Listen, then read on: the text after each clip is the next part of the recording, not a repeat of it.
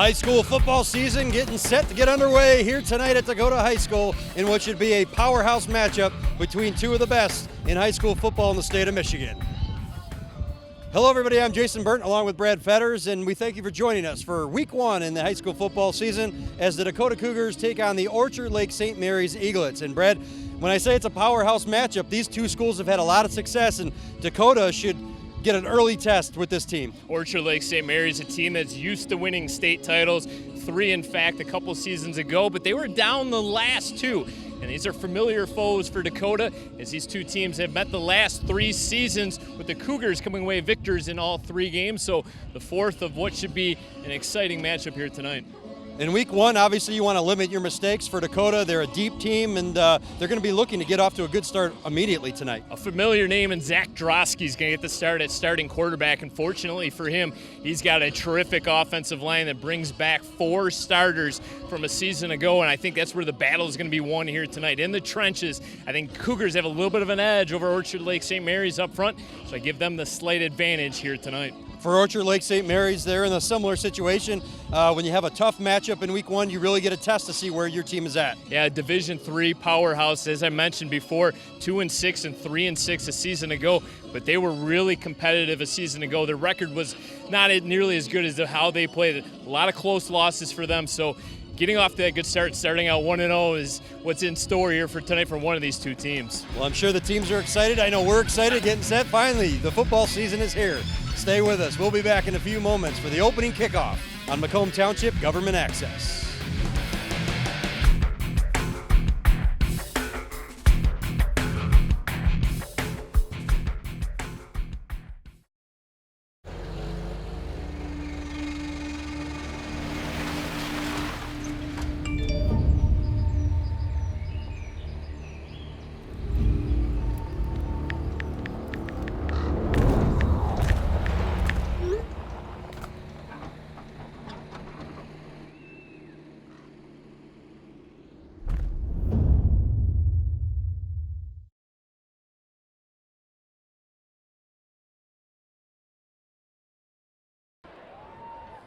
Welcome back here in Macomb Township Government Access. Jason Byrne along with Brad Fetters getting set for this big game here between Dakota and Orchard Lake St. Mary's.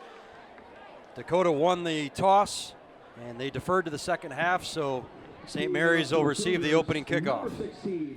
It's nice to finally get some real football being played. I'm sure these guys are getting sick and tired of lining up across their teammates. 4th straight year these two teams open up against one another. All 3 games have gone the way of the Dakota Cougars, but all by a single score. Back to receive the opening kickoff will be Dan Mason.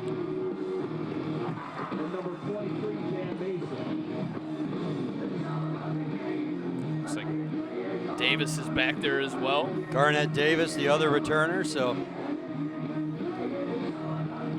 real football, Brad. Here we go, week one of the high school season underway. Kick is deep. It's going to go into the end zone, and they will not bring it out, so they'll start at the 20. Cougars kick off to the Eaglets. Kicked it, touchback. Eaglets will start. 2 players to really pay attention to tonight. Offensively for Orchard Lake St. Mary's will be number 5, Cameron Arnold. He's going to be a wide receiver. He's a terrific playmaker for them in white. And their quarterback tonight is going to be Grant Henson. Started 7 games at the quarterback position a season ago after making the move from linebacker. 2 really athletic playmakers out of what should be a power look to Orchard Lake St. Mary's here tonight. They hand it off inside, a little bit of running room, about a 6-yard pickup that time by number 3, Dan Mason. And we got a flag in here late. And some extracurriculars after the whistle. So give them 10 yards on the carry. Well, they got a good, no, they moved it back. I was going to say it was about a 6-yard game, but they're going to walk this off now. I think this one's going to go against the Dakota, and it is. A little bit of a push to the back there. Don't want to see that on the first play of the game, but. So they gave them 8 yards on the run. Well, we talked to head coach George Porritt before the game, and he indicated they want to play power football. They want to line it up in 2 tight end sets, and And talking to Dakota side, they said, yeah, they're going to run that until we prove we can stop it. Coach Porrett knows what he's doing. 30 years at Orchard Lake St. Mary's, 13 state championship game appearances, including 7 state titles. They run it inside. Good cutback once again. Got some room. And off to the races now. Inside the 20, down to the 15-10. An excellent run right there by number 8, Garnett Davis. And now in the red zone, Orchard Lake St. Mary's looking to strike early. It was just a simple straight-ahead run, and he got through the linebackers and into the secondary. Unfortunately for Dakota, they're able to haul him down from behind. Touchdown-saving tackle, but Orchard Lake St. Mary's 2 plays into this game on the march. Not even a minute gone in the opening quarter. And the Eaglets from the 10-yard line. They're just going to hand it off once again. This one goes to number 33, Anthony Anton. On the carry. Pickup of a couple. Gain about 4 on the play. That's going to bring up 2nd and goal for the Eaglets at about the 6-yard line. So 2nd and goal now from the 6. This will be a big early stop if Dakota can find a way to keep them out of the end zone.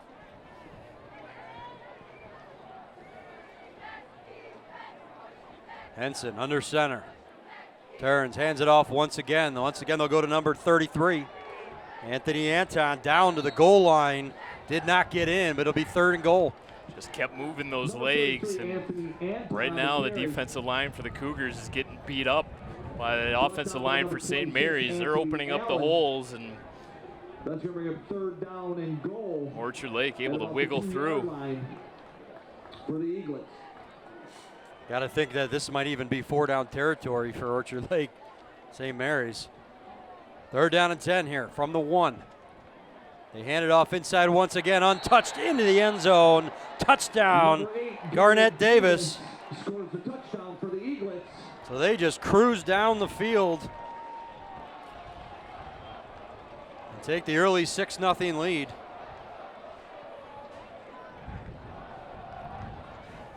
Yeah, the Dakota faithful a little shocked right now that the game has started off like this. 5 plays. 2 minutes, 3 seconds off the clock. Really aided on a long 47-yard run. Extra point is up, and it is good. So the Eaglets have a 7-0 lead with 9:57 left to go in the opening quarter. A little bit of a shock here as the Cougar fans haven't really even settled into their seats. You look up at the big board here at Dakota High School, and they find their Cougars down 7-0. Really an impressive first drive of the season there for Orchard Lake St. Mary's. You can't draw it up much better than that. Take any positive out of it for Dakota. It's early. They can make adjustments. Saw what they're going to do now. There's going to be an early feeling out process, not just within your own team, but the other team as well. See which team is going to run what.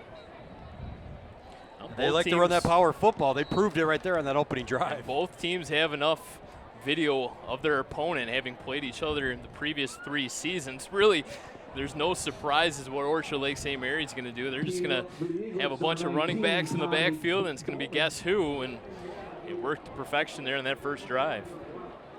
So Matt Love. Number 1, Eric Reese. Number 7, Matt Love. Matt Love is back there to receive this kick. They've got 3 people back, really. Number 1, Eric Reese, is also back there, and on the far side, can't quite see the number, but they kind of have them spread out here. We'll see how the Eaglets kick this one away.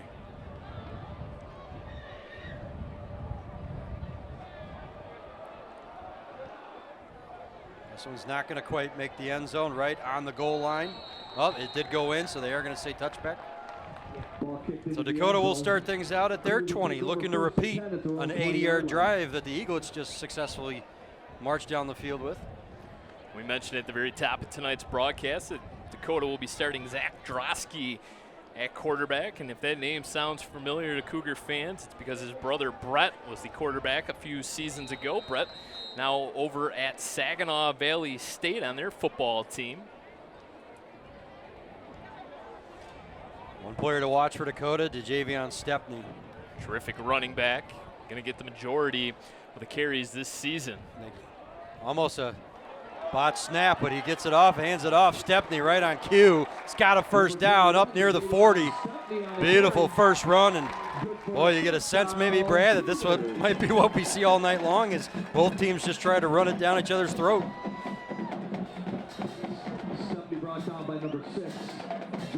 Stepney turned an 8-yard gain into nearly a 20-yard gain, spun out of that first tackle and was able to get it all the way up to the 38-yard line. First down and 10 now. Nope, we got whistles and now a flag. There's a flag on the field. Wonder if there's too many men on the field. What do we got? It's against Dakota.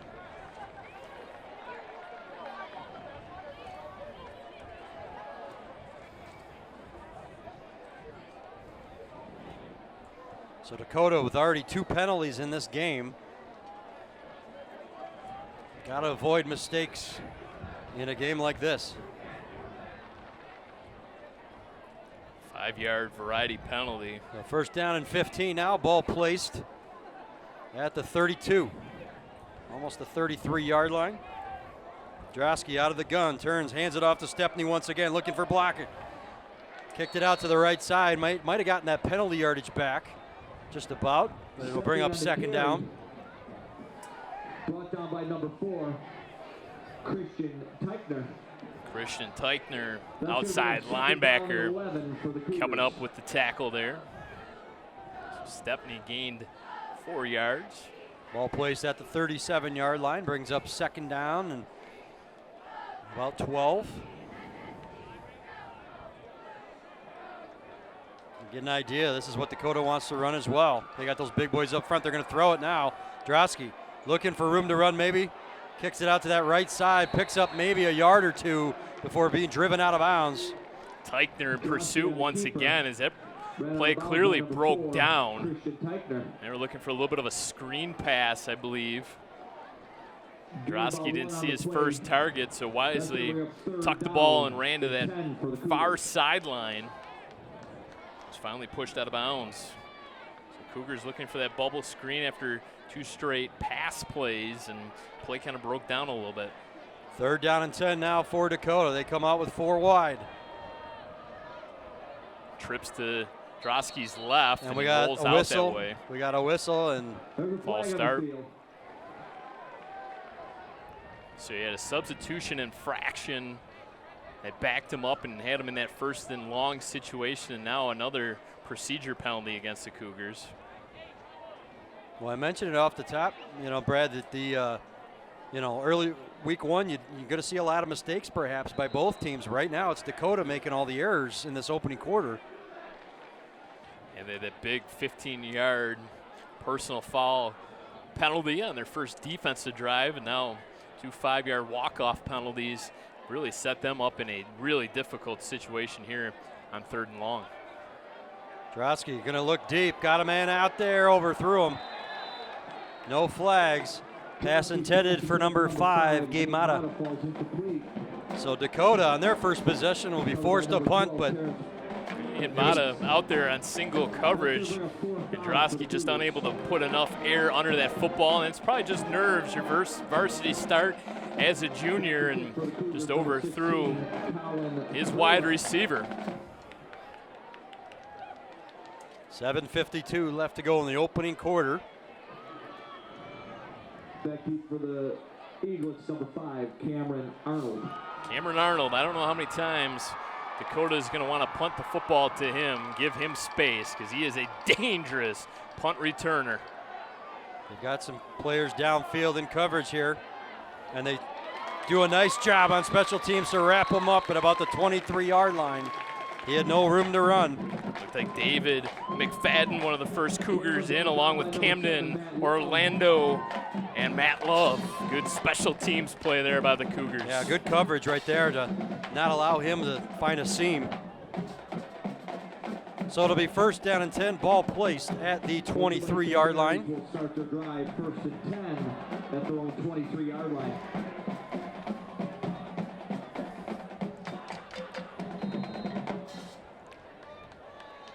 Same set for Orchard Lake St. Mary's. They hand it off inside, this time to the fullback, but right there on the defensive pursuit, big number 98. Jordan Rice-Reno.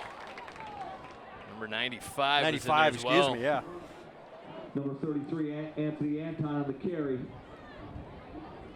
Gain about a yard on the play. That's going to be a second. Well, that's what St. Mary's is going to want to look to do. They've got 3 running backs there, Brad. They can hand it off inside to a fullback position and obviously drop back. They have 2 other running backs they can go with. So Dakota's going to have to keep their eye on all 3.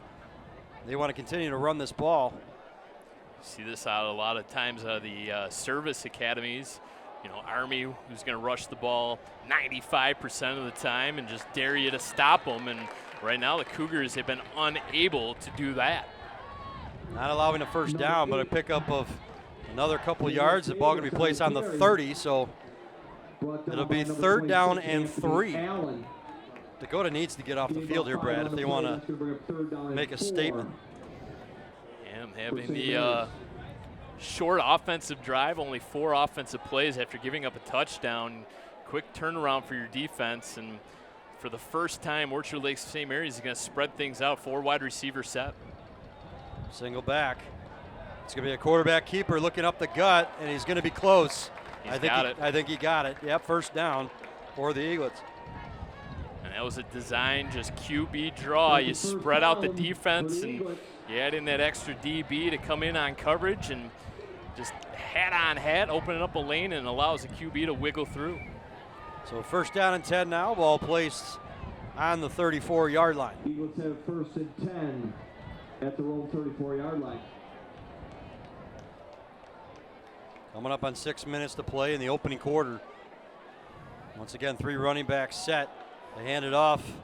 A little bit of running room there, stretching out to the 39-yard line.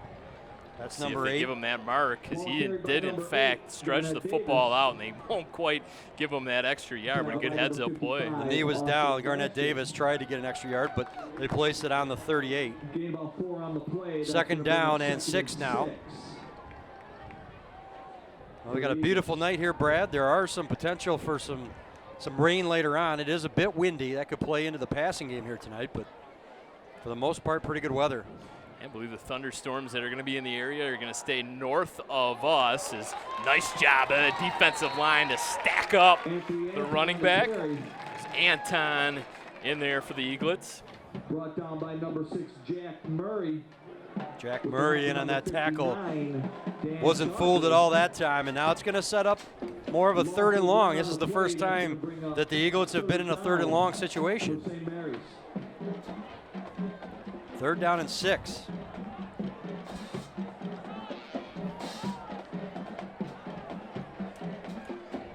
They elect not to spread them out this time. And they have yet to attempt a pass. And they're going to throw on this one. A rollout. Left-handed quarterback. Got a man out there. Pass incomplete. Good coverage out there by number 1, Eric Reese. Jason Ross, the intended wide receiver. So you often on those deep passes got to watch for potential interference, and Reese did a nice job in coverage. So Dakota, in fact, gets a stop. They'll get the ball back here with 4:36 left to go in the quarter. 7-0. Orchard Lake St. Mary's with the lead. March down the field, the 80-yard opening touchdown drive. Caden Sloan and Matt Love, the 2 Cougars deep, awaiting the punt. Good short kick. Wobbling kick. Takes a bounce, though, for the Eaglets, running back all the way to about the 25-yard line. And that's where Dakota will set up shop.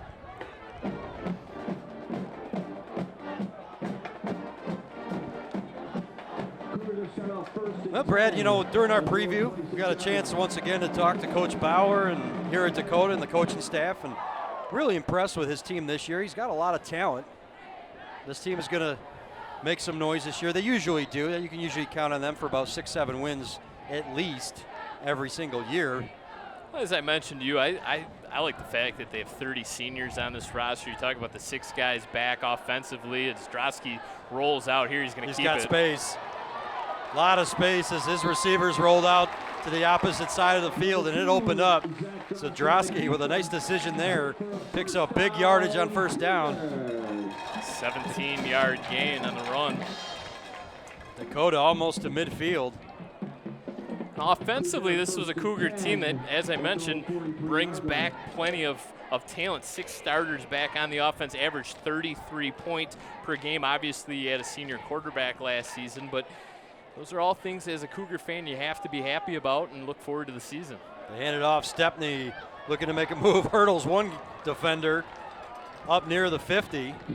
Stepney on the carry. And that's another big factor right there to what should be a talented offense is Javion Stepney, just the do-everything guy in that backfield for Dakota. And he's going to put up some special numbers this season. He showed some athleticism right there, leapfrogging a defender that was on the ground. He's going to make most of those first defenders miss. It's going to take some linebackers, I think, to bring him down eventually. 2nd down and 5 now for the Cougars. Drosky once again out of that shotgun, hands it off Stepney. Stopped at the line of scrimmage. Taken down. No gain on the play. It'll bring up 3rd down. Stepney on the carry, gain about 1. Luke Whaling, big defensive tackle in there to make the stop. And you mentioned picture perfect night for football, but got to be concerned sometimes as we saw an Eagle player stay down just a tad bit longer than normal about cramping. We see that a lot in week 1 because we are sure in do. August, and it does have a lot of times we have the warmer temperatures. It's sometimes these players not necessarily in top game shape yet, although they should be with the amount that they practice in the off season, but we see it quite a bit. 3rd down now. They hand it off. Stepney, a little stutter step, got the 1st down up near the 40-yard line. Boy, and he bought himself a little bit of time there with some patience, and that benefited Dakota. They got a 1st down. Brought down by number 27. And he just really picks his lanes and explodes through them. And kind of is a Le'Veon Bell tendency to kind of wait for all of his blocks to develop, and he's going to be one heck of a player for Dakota this year. So 1st down and 10 now in Eaglet territory, well placed at the 41. Dakota would love to put something together here and tie this one up. And they're on the move. Drosky once again out of the gun. Fakes the handoff. He'll keep it. Looking to bounce the outside. Not as much room in pursuit. Great athletic play right there by number 5, Cameron Arnold. You said we'd hear his name a lot on the defensive side of the ball as well. Boy, he just shot out like a cannon after Drosky and took him down. Coach Proert telling us that Arnold was going to play both sides of the ball, and when you have that much athleticism, it's no surprise. He's one heck of an athlete. We saw him down there on the field before the game and making some catches and doing some things just in warm-ups that made you kind of give a double look. Yeah, Arnold and Henson, both members of the Division II state champion baseball team at Orchard Lake St. Mary's a season ago. So dual sport athletes. 2nd down and long. Stepney looking to run back inside. Stepney on the carry. Very little gain on that one. It'll bring up 3rd and long. Gain of a couple on the play. That's going to bring So up now Cougars are in an obvious passing down, and Orchard Lake St. Mary's can sag their secondary back just a little bit.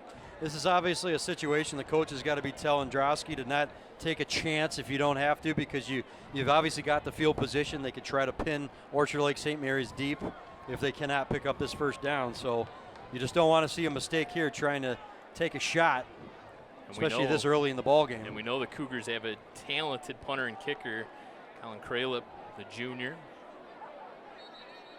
And now we'll get a timeout call by the Dakota sideline. Going to want to talk over this important 3rd and long situation. And we mentioned Orchard Lake St. Mary's coming off that 3-6 season a year ago. 4 losses by less than 4 points, including a really good West Bloomfield squad. This Dakota team and Brother Rice, and Orchard Lake St. Mary's obviously playing the cream of the crop in that Catholic League, 2-6 in 2017. After the 3 previous seasons, they go out and they win state titles.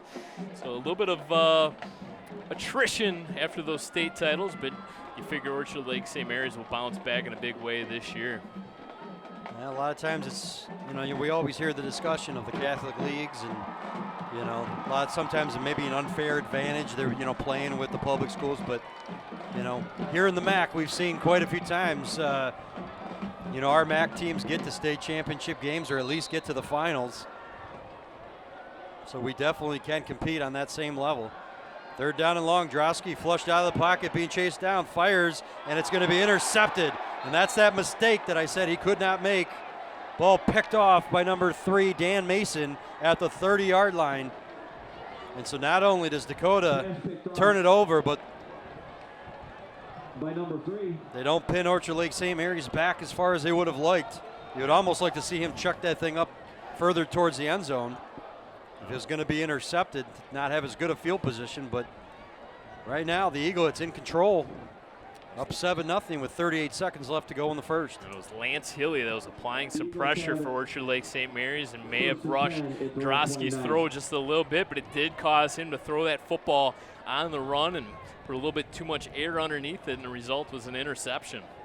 Another inside handoff, pickup of a couple, maybe. Driven back by that Dakota Blue. Gary right there. Wall, huh? Anthony Anton trying to find room inside, just got drilled.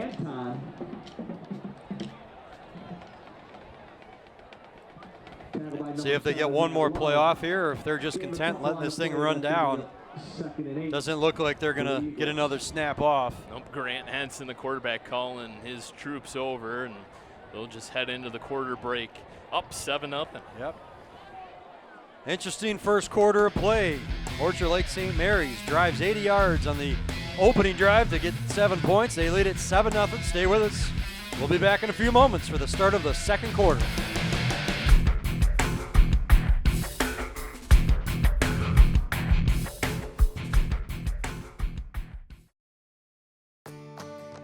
Hi, I'm Jordan Peele.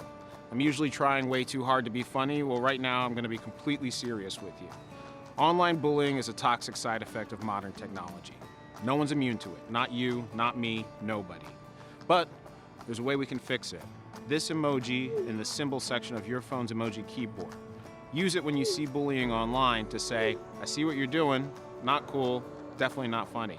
And I know what funny is. I coined the phrase wordness to the turdness. So join me and become a witness. When you see bullying online, use this emoji to do something.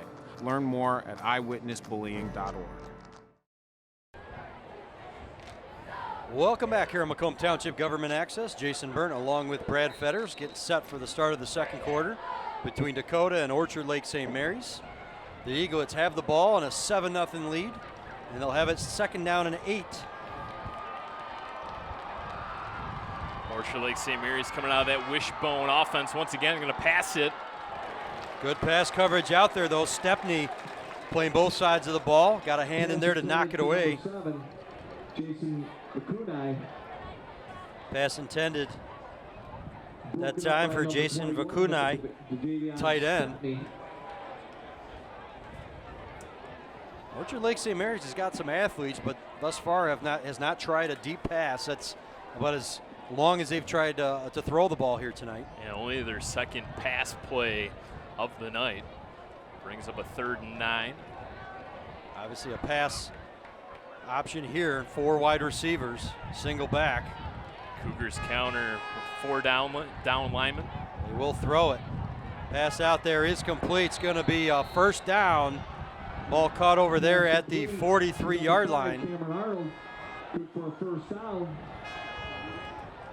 Cameron Arnold once again, big catch. Eagles have 1st and 10. Soda's got to find a way to get off the field on those 3rd downs. Just a real simple out route that time by Arnold, and his quarterback placed it right on the money. Good connection there between Henson and Arnold. Inside handoff once again, some room to run after they got through the initial contact. Garnett Davis with about an 8-yard pickup. Ball carried by number 8, Garrett Davis. Brought down by number 59, Dan Gaudry. Gave about 6 on the play.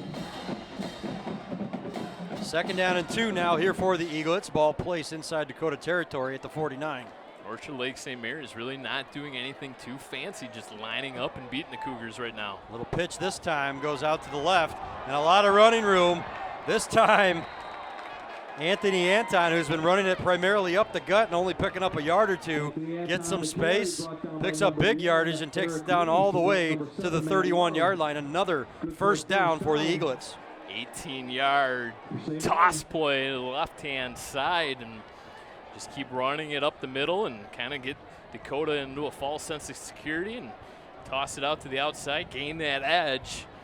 And 18 yards later, you got yourself a first down, and you're on the move once again with that 7-0 lead looking to add on.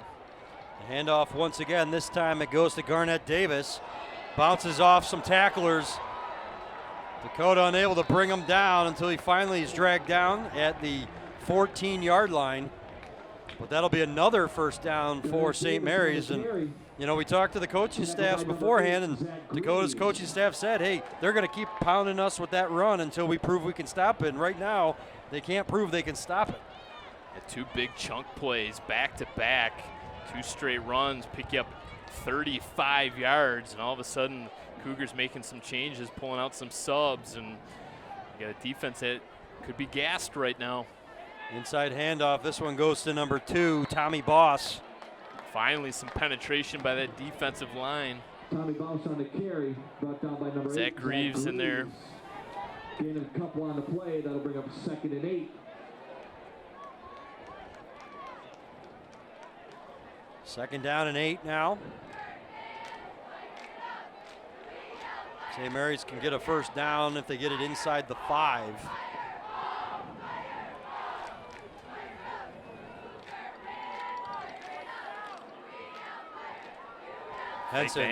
Henson looking to throw, end zone. Incomplete. Waiting for the official to say he laid out for it. One heck of an effort. Number 7, Jason Vukunai, that tight end. Vukunai was wide open. Just let him a little bit too much. Stepney was the closest Cougar in pursuit, but Stepney had wiggled out of that tight end position and found himself wide open in the end zone, just unable to complete the catch as he fell to the ground. But boy, Eaglets right now really taking it to the Cougars. Big third down here for that defense. They got to come up with a stop here. Now we're going to get a timeout as St. Mary's was trying to get some late substitutions and didn't want to get caught with too many men on the field. And you're kind of looking at it, Brad, like I just did. So I'm in this dark clouds kind of have come over the stadium here.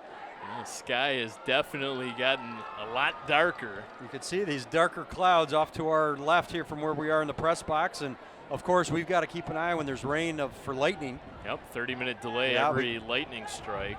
So the officials, obviously, and the people up here in the press box keeping an eye on it. I'm told it's going to stay north of us, though. We'll see how well my meteorologist is.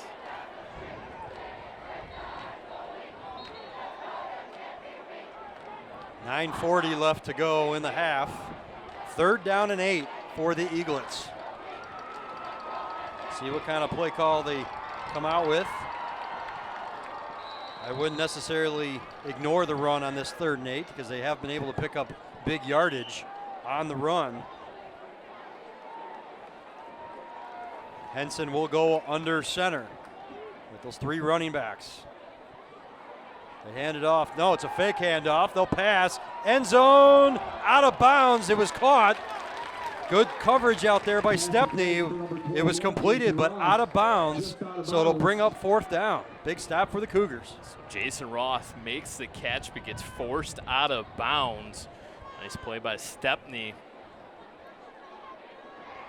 So decision time now for the Eaglets.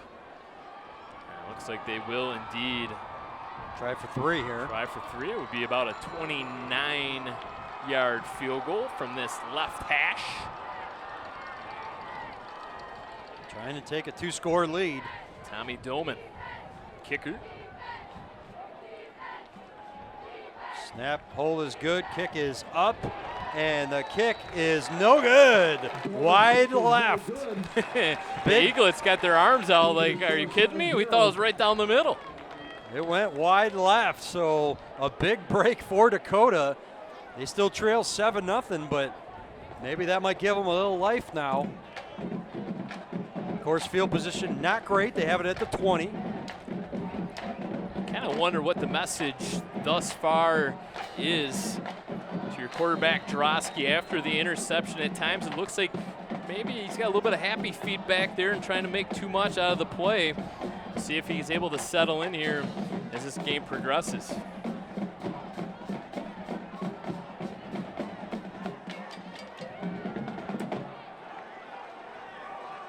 Dakota comes out, one wide receiver.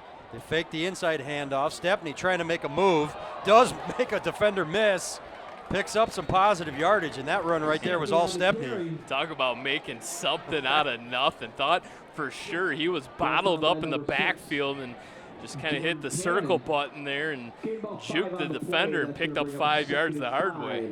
For the Cougars at their own 25-yard line. So they placed the ball at the 25.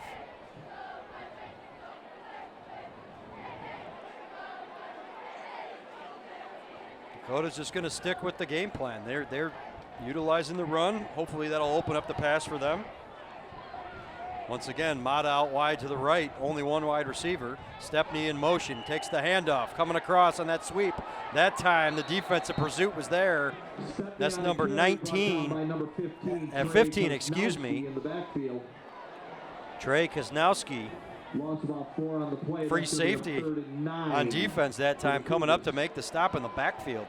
And Stepney split out kind of almost in the slot position, sent him on that jet sweep play. And Orchard Lake St. Mary's wasn't biting on it. They had him dead to rights. So once again, Dakota in that 3rd and long situation. It's kind of been the story thus far for this game offensively for Dakota. If you're Dakota here, obviously you want to pick up that first down, but wouldn't be shocked to see him take a deep shot downfield. It would be as good as a punt. Pressure coming, a little screen set up for Stepney. Waits for a block, shakes off a defender, gets close to that first down. I think he might be a yard shy, but we'll have to wait and see. Lance Hilly, where do they mark this? They're going to give it to him. They're going to give him a first down. He got right to the 30. Boy, it looked like that knee might have touched a little closer to the 29, but they gave him the forward progress of where the ball was. So, and I like that play call on 3rd and long. You have a quarterback that hasn't completed a pass yet, and you have all your safeties and corners going deep, thinking you're going to throw the ball deep, and you just throw a little bit of a screen pass and allow your playmaker to make the play. And the defense bid on that because they brought pressure. So an inside handoff this time goes for a couple yards. Yeah, that screen pass can be effective when you get the defense in pursuit. You could see Stepney caught it, had space, and there was one defender there, and he hesitated just a little bit to make sure that his blocker was out in front of him, and that allowed him to get that first down. That was a big first down play for Dakota as we approach 7 minutes here in the half. They need to find a way to get some points on the board. Really could not afford another 3 and out, and bringing your defensive unit back onto the field as they are camped out underneath that canopy right now, looking at some footage. And it's a unit that you need to keep there and give them a little bit of a brief break. Fake handoff. Yep, Drosky's going to roll out. Nobody there, so he's just going to throw it to the sideline. And they're going to get an intentional grounding call. He was in the pocket still. They're discussing it right now to see where he threw that ball. But no, they are going to say intentional grounding. Wasn't quite outside the tackle box, I don't think. So once again, a penalty will push Dakota back the wrong direction. And really, thus far, that's a story of the first half for them on offense, Brad. Every drive thus far has had a penalty or two that has pushed them back and stalled a drive. Yeah, the 3rd penalty on offense.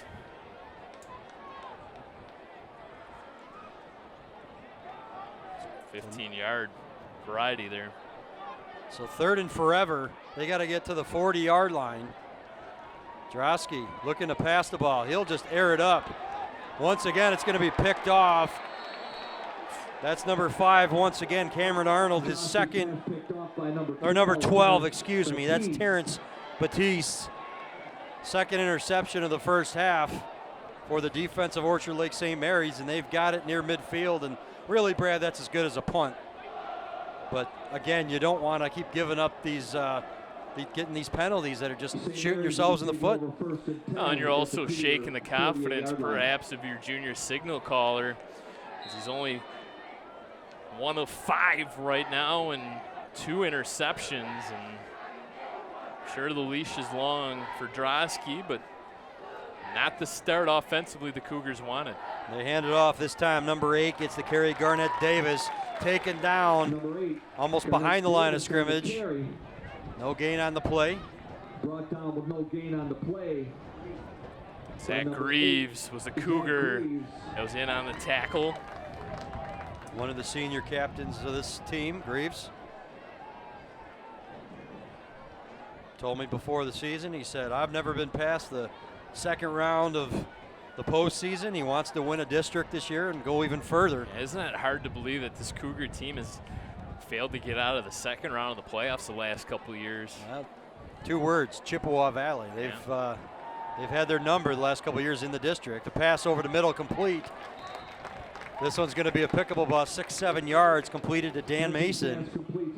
It's a real simple drag route right over the middle of the field. And Orchard Lake St. Mary's going real simple out of the playbook. No razzle dazzle thus far, and it's working as they continue to pick up yards. 5.5 left to go in the half. St. Mary's in no rush to get up to the line of scrimmage.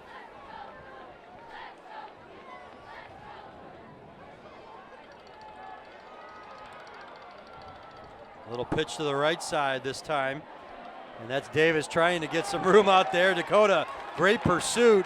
Stepney once again, no surprise. He's been all over the football field here tonight. That's going to bring up a big third down here. No gain on the play. Orchard Lake St. Mary's just going to keep the offense on the field. Orchard Lake St. Mary's. For fourth down, they actually get 4th down and short. Well, they're changing some personnel out, so now they will try to maybe kick this one into a corner. Yep, they will. Tommy Doman once again for Orchard Lake St. Mary's. Back deep for the Cougars. Get Matt Love deep for the Cougars. Heels on the 10-yard line. Wouldn't be surprised to see a low line kick here and let it bounce. Wind at the punter's back, and we got a infraction up front. This is a dangerous call here for the Cougars. Did they jump offside? This would give Orchard Lake St. Mary's a first down, but it will indeed go against the Eaglets. Well, benefit for Dakota now is they bring in new personnel, does Dakota. Wondering if they're anticipating an offensive play here now. No, they're gonna punt this ball away. Dakota sending 2 guys deep now. Yeah, they're just coming out a little bit of a different special teams coverage than they had before on a shorter field. High kick, beautiful punt. This one's going to go all the way back inside the 5-yard line. Love takes it, breaks a tackle, trying to bounce to the outside. Beautiful stiff arm up to about the 27-yard line. And boy, oh boy, excuse me, that's number 24. Caden Sloan, boy, he just made a couple moves, made some defenders miss, and what a stiff arm there at the end, Brad.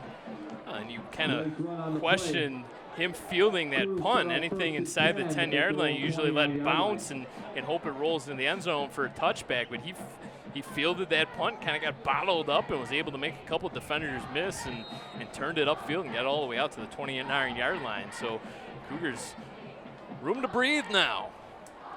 And maybe that'll give them some life here on offense. Out of the gun, Drosky turns, hands it off Stepney. Looking to bounce to the left side, got room. Got a block there up past the 40, and we got a flag in late. So got to see if this is going to be holding against Dakota or maybe a face mask. Dakota's indicating go against Cougars, it looks like the early indication.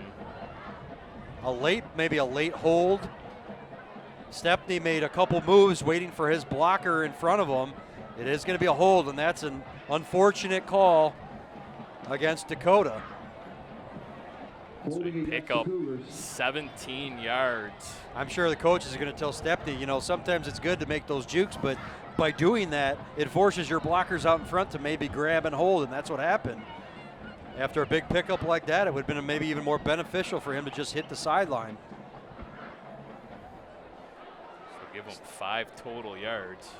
After that penalty, so still in business here, not a complete disaster as the ball placed at the 34. They need to get to the 39 for a first down. Drosky out of the gun, hands it off to Stepney once again up the middle. 1 yard. Picks up a 1 yard gain, and that'll bring up third down now. And now a big third down for the Cougars on offense. Third. We mentioned Drosky, 1 of 5 passing, 9 yards total through the air. Has those 2 interceptions as well. Cougars gonna bring Jack Murray in late, another tight end. So another extra blocker perhaps. Single setback. Option play, they handed off to Stepney. The defense was right there. And they were running right towards the Jack Murray block. That's where the play was designed. They brought Murray in as that extra blocker, and they ran it towards him, and he absolutely got destroyed up front. So fourth down now, coming up on 2 minutes to play. The offense is staying on the field, so perhaps an early risk call here unless they're going to try to catch him off sides. Third down, they replayed first down, if you remember correctly. Oh, third down, you're correct, yes. After that penalty. So third down and 2. It's early season for me as well, but we got another flag. And it looks like it's going to be an encroachment call against Orchard Lake St. Mary, so that would give Dakota the first down.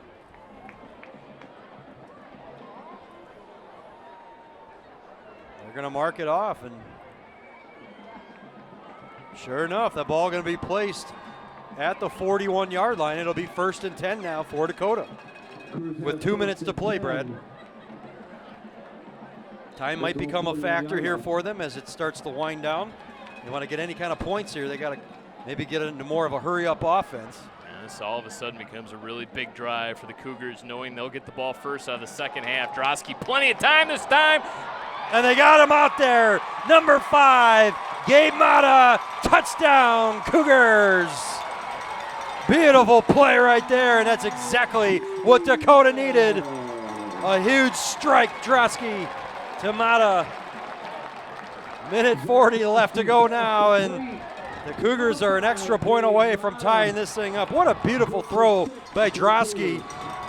Finally took a shot downfield. Well, how about the route that Mata ran, able to get free, able to blow past the secondary, made it look easy. Well executed play, a terrifically thrown ball by Drosky, and that's as good as he was advertised. We were told Drosky's a good one, and he delivered that pass right on cue. So the extra point is up, and it is good, and we are tied at 7 with a minute 40 left to go in the half. Orchard Lake St. Mary scored on their opening drive, and Dakota scores on what might be their final drive of the first half. And we are locked up at 7. How about picking up the first down on the offside, give you that free look on first down, and really taking advantage. Oftentimes we see offenses going for those home run balls on first down situations, knowing you have 3 other downs to work with, and they took it and they hit Gabe Mata. You also are playing with that time, like I said. They couldn't afford to just kind of dink and dunk down the field. Of course, they have some timeouts, but you don't want to set yourself up with seconds remaining to try to get in the end zone. So they took a shot, and it paid off. Beautiful throw, beautiful catch. And the longest play of the night offensively for either team results in a touchdown. We knew it wasn't going to be easy to replace a QB like Mark Toko, who's playing football at Albion this season, and Drosky throws the 2 early interceptions, and you kind of grit your teeth and say, what now? But what a well-thrown ball, and I think you can officially say now the butterflies are out of his stomach. Time to play some real football now. Dan Mason. And coaches and players often talk about taking that first hit, right? Yeah. Getting that one out of the way, feeling it, shaking it off, and getting back to it. But I think just as good as taking that first hit is throwing that first touchdown pass, and what a well-executed play. So now Dan Mason and Cameron Arnold back to receive this kick. Grayla puts a boot into it. A little short, little squib. Going to be caught there at the 31. Some contact made, but wise decision that time by Eric Reese to kind of pull up late. It could have been a big penalty if he would have hit him. So it'll be first down and 10, a minute 40 left to go, and let's see where they place this ball. It's going to be right around the 30-yard line. In fact, the 31. Let's give a lot of credit to the Dakota defense, too. Orchard Lake St. Mary's, after that second interception, had it in positive territory, had it on the Dakota 48-yard line, and Dakota's defense forced that 3 and out, got the punt, and allowed their offense to operate. So let's see, a little more of a spread offense now here for St. Mary's on first down. Looked like false start, that was not called. Pass out there to number 5 once again. Look out, Cameron Arnold driven out of bounds. It'll be a first down near the 45-yard line. How about that stiff arm on the outside? Boy, it looked like one of their offensive linemen came up out of position a little bit early. They did not call it, so. A little swing pass there. It's almost like a run. You throw it to the outside behind the line of scrimmage and allow your best athlete in room to make a play, and he did just that for 13 yards. Got to keep an eye on number 5 on that field at all times. Quarterback keeper once again, this time to the right side, running room there. Taken down near the first down marker is Henson. Made a good choice that time. That looked like, once again, one of those design plays. Yep, yeah, he just didn't have any intention to throw that ball. Orchard Lake St. Mary's does have 2 timeouts as the clock continues to run, approaching a minute left here in the second quarter of play. Out of the shotgun now. Henson takes the snap, looking to throw this time. Got hit from behind, ball loose. Strip sack. And it looks like Dakota might have come up with it. They did. Zach Reeves. A big turnover. Dakota's defense comes up with a takeaway. And now with 45 seconds, Brad, and a couple timeouts, Dakota might look to make some noise once again here, get some more points on the board at halftime. And we know Dakota's got a really good special teams as well, a Division I prospect kickers. So a couple short plays could potentially put them into field goal range. They will be operating into the wind here as Colin Kralip is getting ready, going to start kicking into the net. He knows he could potentially get called upon. That was great coverage, too, by the Dakota defense. You could tell that Henson held onto that ball just a little bit too long. Didn't he? And he didn't have an open receiver, and that allowed the defensive pursuit to get to him. So 45 seconds, ball placed inside Orchard Lake St. Mary's. They're going to take that shot again. This time Stepney underthrown, and it's going to be intercepted. Cameron Arnold bringing this one back. Shakes off a defender. You got to keep an eye. He's not down yet. Coming back on this side of the field. Stepney trying to get to him. Got some laundry. Finally knocked down at midfield. Got a penalty flag on that far side, right around the 38-yard line, I believe. Clinton Robertson finally able to put a body to knock down Arnold, but let's see what the flag is. Probably get a hold on the return. There is flags on the field. That will or blindside block, perhaps. See which direction they go here. Boy, oh boy, Drosky's third interception. You said into the wind. It looked like that ball kind of just died. A dead duck off of his hand. And it was an illegal block. So this will more or less end the half. I can't imagine St. Mary's going to try to take a shot with that long of a field with only 25 seconds remaining. Cam Arnold turning into a center fielder on that play, making the interception. His second interception in the first half. Yeah, that ball, you could tell Drosky put everything he had on it. And it started off looking like a good ball, then all of a sudden it just kind of died. So you kind of look at the wind. And yeah, it's a stiff breeze right into his face. And Stepney tried to come back for the ball, but there were 2 defenders out there, not just Arnold, but there was another defender out there as well. So Stepney kind of turned into a defender there and was trying to win that jump ball situation and just kind of bat it down. But Arnold too strong as he apexed that football and brought down the interception. And Orchard Lake St. Mary's, I think they ended up getting them for 2 different penalties on that play.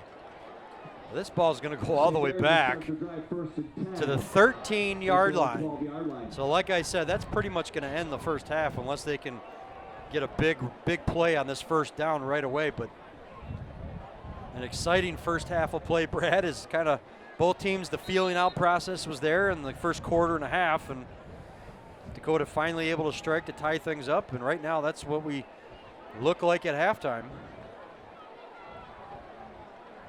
Dakota defense here just can't give up anything big on the ground. They hand it off inside. A pickup of about 8 yards, and that'll pretty much do it. Ball ran by number 8, Garnett Davis. So Brad, in this first half, we've seen about everything. We've seen a turnover, a couple turnovers, some interceptions, a fumble, and 2 scores by each team, and we're locked up at 7. Entertaining brand of football here on the opening kickoff of the MHSAA schedule. The team's deadlocked at 7 apiece heading into the locker room. Should be in store for one heck of a second half of play. Stay with us. We'll be back in a few moments for the start of the second half. Don't go away.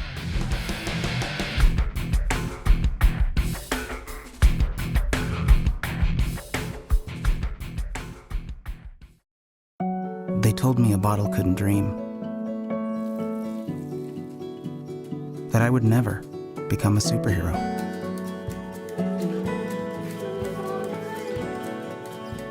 But I learned how to fly. Just to come back in a new disguise. And be the hero that I've always wanted to be.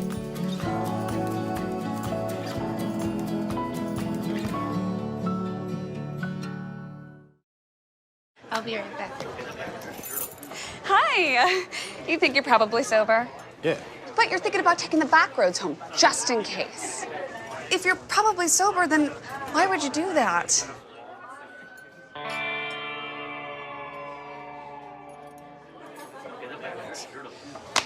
Good choice. Probably okay isn't okay. If you see a warning sign, stop and call a cab, a car, or a friend. That's a full glass of wine. I'll be chatting you later. Macomb County, 27 cities, townships, and villages. From East Point to Memphis, Romeo to New Baltimore. 458 square miles of where you want to be. It's a place where your children can grow, and so can your business. Macomb County's tree-lined borders contain over 12,000 acres of parkland. Its outer edge, 31 miles of freshwater shoreline, both filled each year with countless concerts, festivals, and family reunions.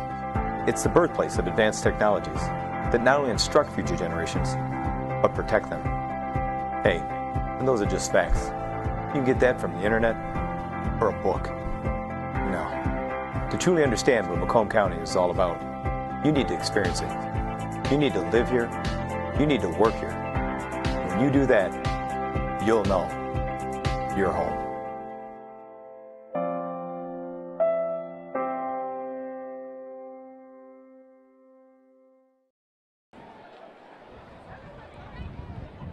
Welcome back here on Macomb Township Government Access. Jason Burnt along with Brad Fetters getting set for the start of the second half between Dakota and Orchard Lake St. Mary's. Knotted up at 7. Good ball game in the first half, Brad, and really, like I said, at the tail end of the second, we kind of saw everything in that first half. Yeah, Orchard Lake St. Mary's outgains Dakota by 44 yards, mostly on the ground. 144 rushing yards for the Eaglets on 19 carries for an average of just over 7.5 yards per carry. And Orchard Lake St. Mary's only passing the ball 7 times, completing 4 of those passes for 32 yards. And the story thus far, really for Dakota, the turnovers. Those 3 Zach Drosky interceptions. Drosky's only completed 2 passes for 68 yards. He has the 3 interceptions. And Dakota, Stepney kind of had some good runs, but really 64 yards on the ground on 15 rushes, just over 4 yards per carry is not quite getting it done offensively for the Cougars, and that's why Orchard Lake St. Mary's has the advantage on the stat sheet. But unfortunately, if you're an Eaglet fan, they do not have the advantage on the scoreboard as we're locked up at 7 apiece. Cougar defense really got it going, I think, late in that first half. Had that strip sack and fumble recovery, and giving the offense a shot here with the very first possession of the second half. So Eric Reese, Matt Love back to return this kickoff here in the second half. We had some light rain move through in that first half, and fortunate it held off enough, and we're just hoping that the rest of the storms stay north of us here and we can get this football game in without interruption. Here we go with the second half. Kick, low liner, that's going to go into the end zone, and Dakota will start at the 20. Ball was kicked to the end zone. Cougars will start out 1st and 10 at their own 20-yard line. So we'll see what Dakota, who deferred at the beginning of the game, comes up with here with their first possession of the second half.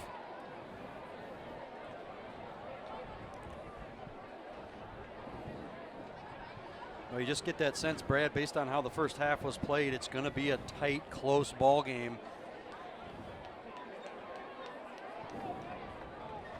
Jarosky right back out there. Stepney single back in his left pocket.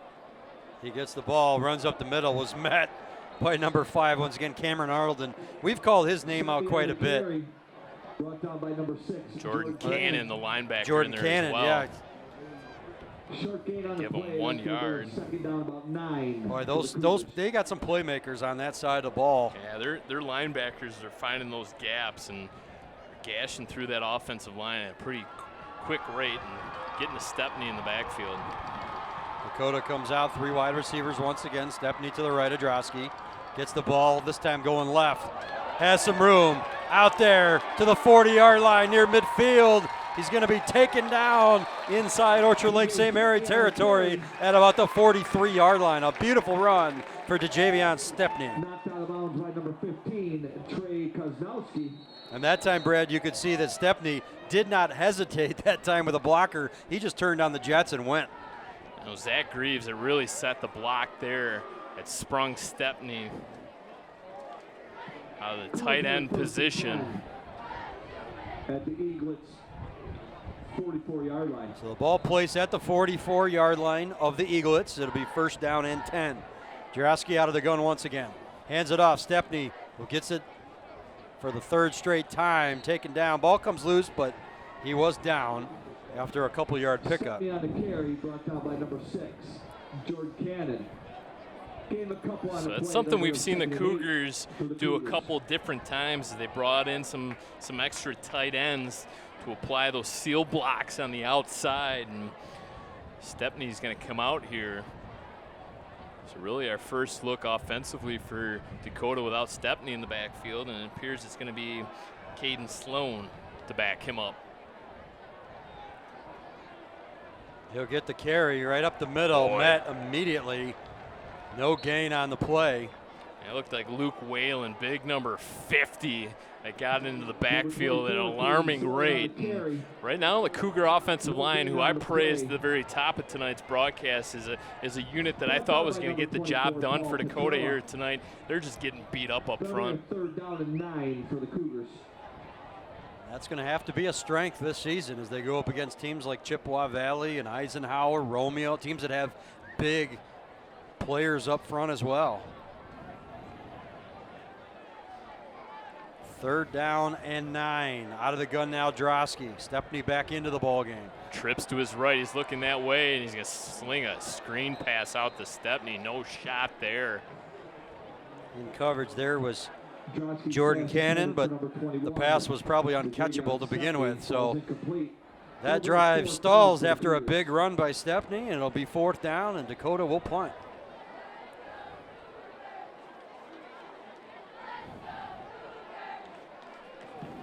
Alvin Kralip, the kicker, back to punt this ball away. And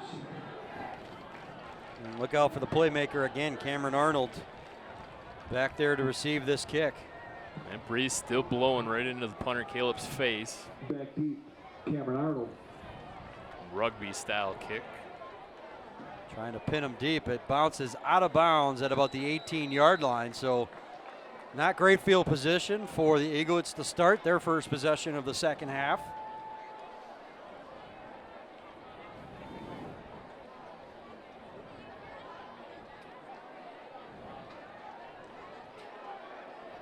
Well, mistakes got to be limited now here in this second half, Brad, for both teams, and you kind of get the sense that the first big mistake might cost that team. Now, Orchard Lake St. Mary's got it deep into Dakota territory 3 separate times in that first half. We're knocking on the door and missed a little chip shot field goal. If not for that miss, they'd be up in this ball game. And Orchard Lake St. Mary's really has to like where they're at offensively. They've been picking up some big runs, and it's right on cue. The Cougars stack up the running back there, but something's going to have to give, and one of these teams is going to have to blink. Met by the whole defensive line of the Cougars. Maybe a gain of a yard, a few yards, a couple yards rather on that. They got a good spot there on the 23-yard line, but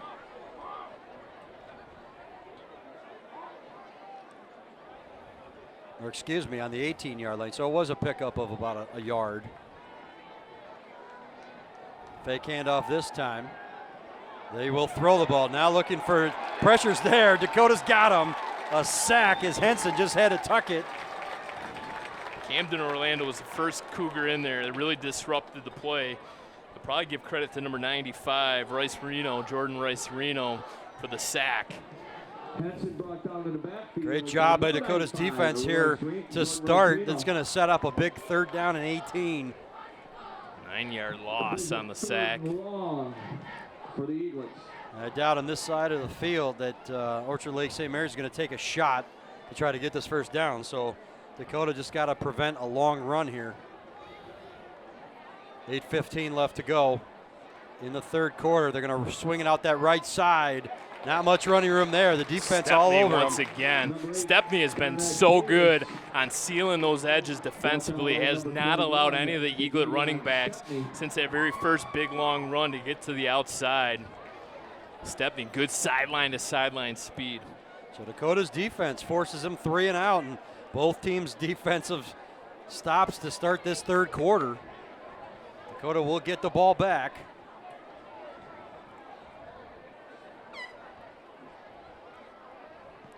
Cougars should get pretty good field position here as this thing fair caught at the 48-yard line. Dakota will have it on their side of the field, but just about at midfield, giving them great field position to start.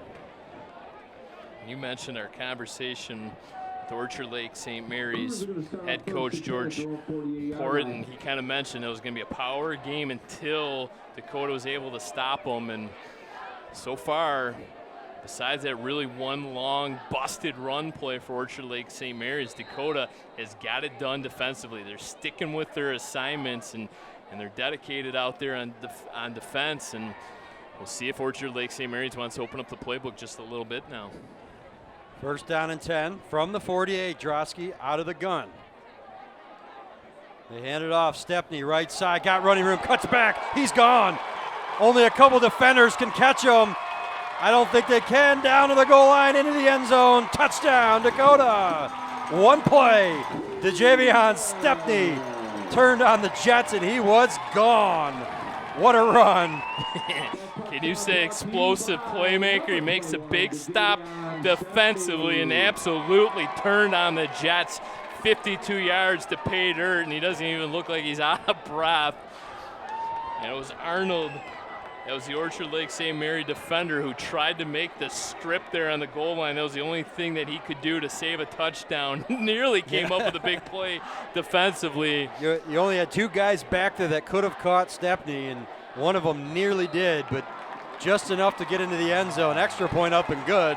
So Dakota, who trailed this thing 7-0 very early on in this ball game, now has a 7-point lead, 14-7. You knew they weren't going to keep Stepney bottled up all night, and finally he breaks one on the very first play, the second drive of the second half for Dakota, 52 yards, and in a flash. He's so quick, down to the goal line. You can see just enough to get into the end zone without contact, but that was big. Dakota got a stop, and then they were able to put something together offensively, whether it's one play or multiple plays. They're able to get into the end zone. So now with 7:21 left to go in the 3rd quarter, it'll be up to Orchard Lake St. Mary's to try to come up with an answer. Back deep for the Eaglets, number 5. Cameron Arnold. And really, that strip sack fumble really shifted the momentum, I think, in this football onto the Dakota sideline, as Orchard Lake St. Mary's really has yet to get anything going offensively since that sack. Cameron Arnold back to receive this kickoff.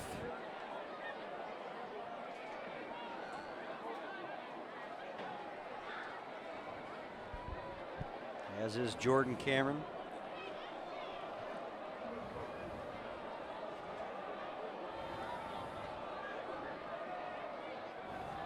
Another short kick. Boy, they don't want to kick it deep. It's apparent. Taken at the 25-yard line, and that's where Orchard Lake St. Mary's will set up. Now going this way, you're kicking into that breeze. So they must not feel that they can kick it through and over the goal line for the automatic touchback, and you just do not want to allow Cameron Arnold to turn into a playmaker and break one on a long kick return. Talk about shifting momentum if he's able to break a big play on special teams. So the ball placed at the 26-yard line. It'll be first down and 10. Henson once again under center, turns. It'll hand it off inside, tripped up. There was a little hole there. Number 6, Jordan Cannon. Pickup of a couple yards. Boy, he had some space there. If he wouldn't have tripped up, he might have had a longer gain.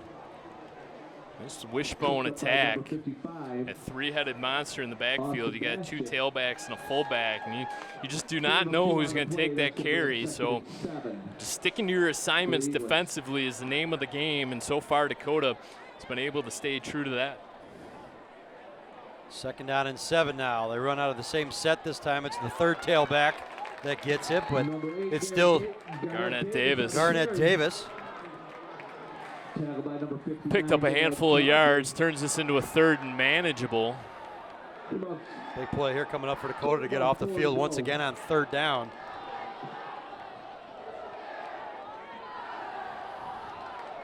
Dakota would love to get that defense out there again for Orchard Lake St. Mary's, having just gassed them the previous drive. Jack Murray asking Dakota faithful to start making some noise. Handoff inside once again. It'll be a first down. Big fullback that time, Anthony Anton with the carry. So the Eaglets pick up the first down. Coming up on 6 minutes to play in the quarter. Making that first tackler miss was so important. That was the only way the Eaglets were going to pick up that first down. Ball placed at the 39-yard line. Orchard Lake St. Mary's switching out personnel. They've got Arnold out wide to the right at receiver. Keep an eye on him. He's single coverage out there. Now. Turns into 4 wide receiver set and another timeout. Coach Bauer didn't like the looks of that offensive set. It's a look that Orchard Lake St. Mary's had yet to give Dakota. So Coach Bauer going to want to talk that one over. They had single coverage out there to that outside, but Stepney was against them. So talk about a high-quality matchup. Hey, your best defender against your best playmaker. Either way, Dakota wanted to talk things over and make sure that they had their assignments. Don't want to give up a big play here and allow Orchard Lake St. Mary's to get right back in this thing. I'm sure they can take care of you. Thank you.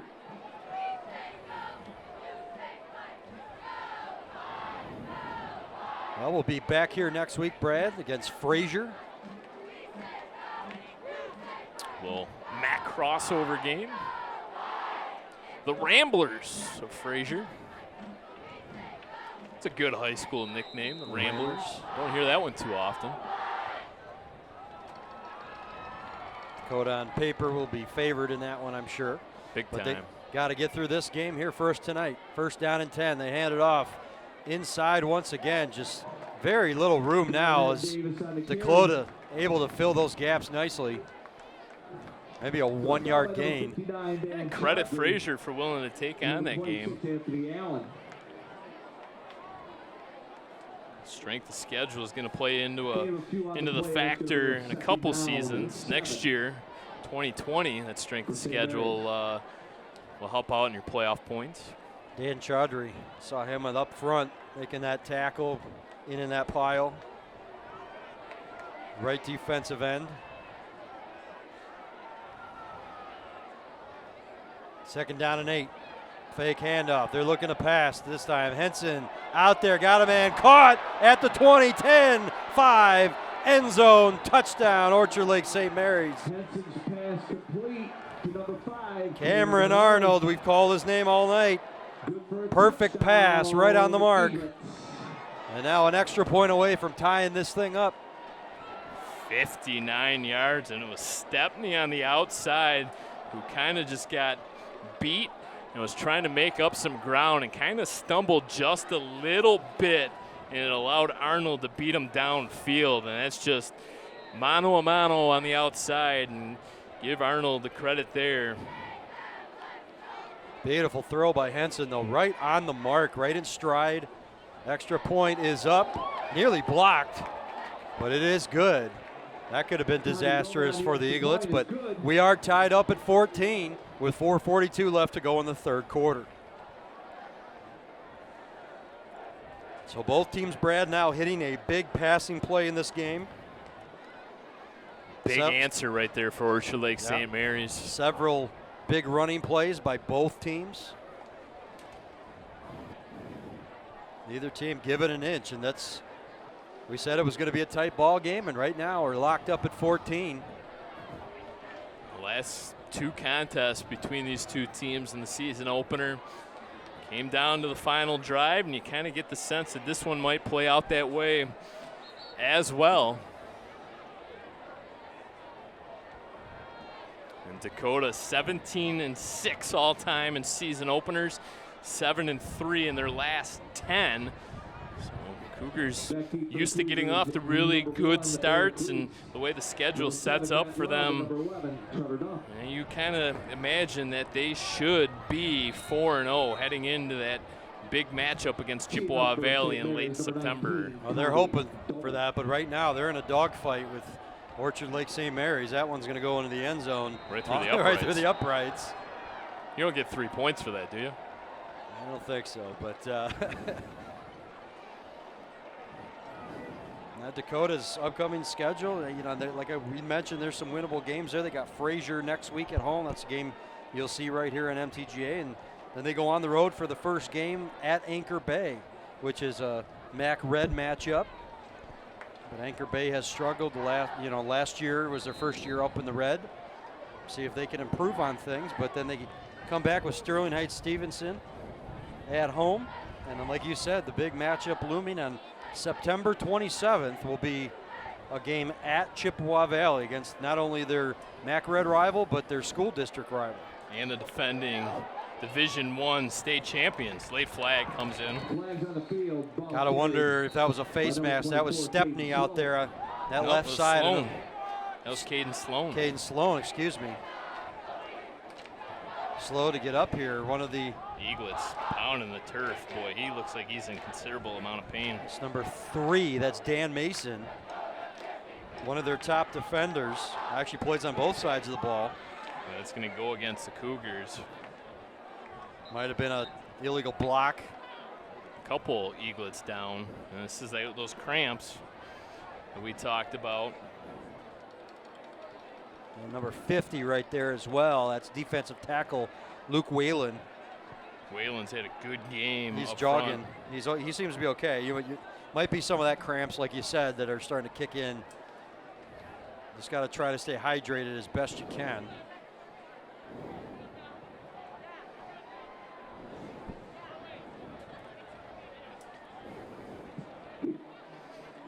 So after the run, they're going to mark that ball at the 18-yard line.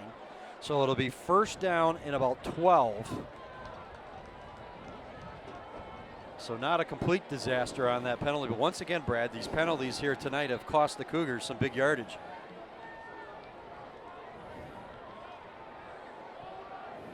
Sloan once again takes it to the right side, up to the 25. Nice pickup. They're going to be second down and 5 now.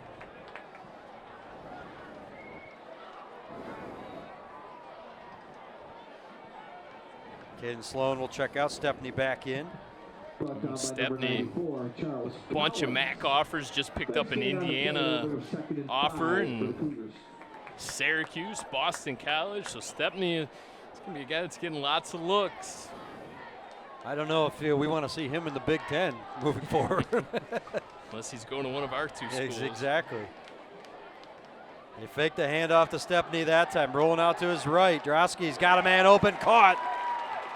That's Gabe Mata with the catch, taken down by number 5, Cameron Arnold, but a big pickup and a first down for Dakota. Down by number 5, Cameron Arnold.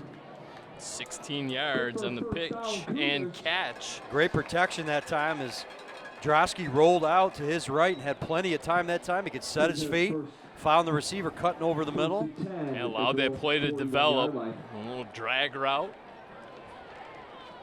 Shotgun set now. They hand it off to Stepney. To the left side, got a block out there, got the first down into Eaglet territory, taken down at the 44.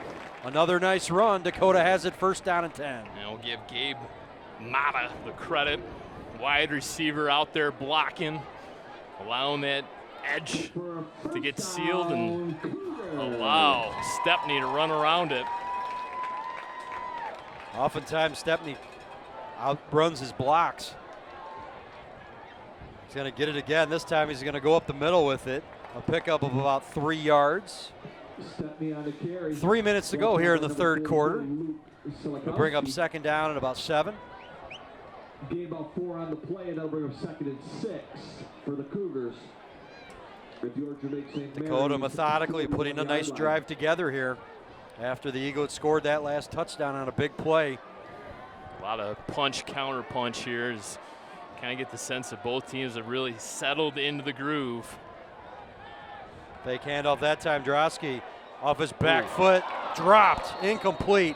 Had a man out there. Mata. Once again, that was Mata cutting across, but just couldn't hold on to it. Just a touch too high. Mata had to go up and try to snare that one out of the air. And that's a tough throw, too. He's throwing off his back foot, rolling to across his body on that left side of the field. I think Drosky's better off when he rolls to his right. Good fundamentals. You got to turn your shoulders, face your target. He was a little bit rushed as the defense was starting to collapse on him, but brings up a big 3rd down and 7 from the 41-yard line. And now we got a flag. There's a flag. Orchard Lake St. Mary's was really trying to get settled there. And what's the call here? Dakota's coaches got their hands up like waiting to hear what this call is. Neither team was set.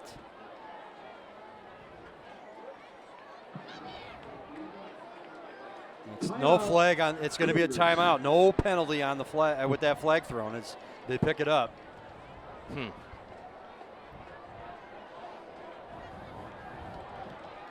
That's an interesting what they were calling there anyway, Brad. Neither team was set up at the line, and obviously it wasn't a delay a game type of thing. They had should have had plenty of time to get that next play off. I don't know what they were calling.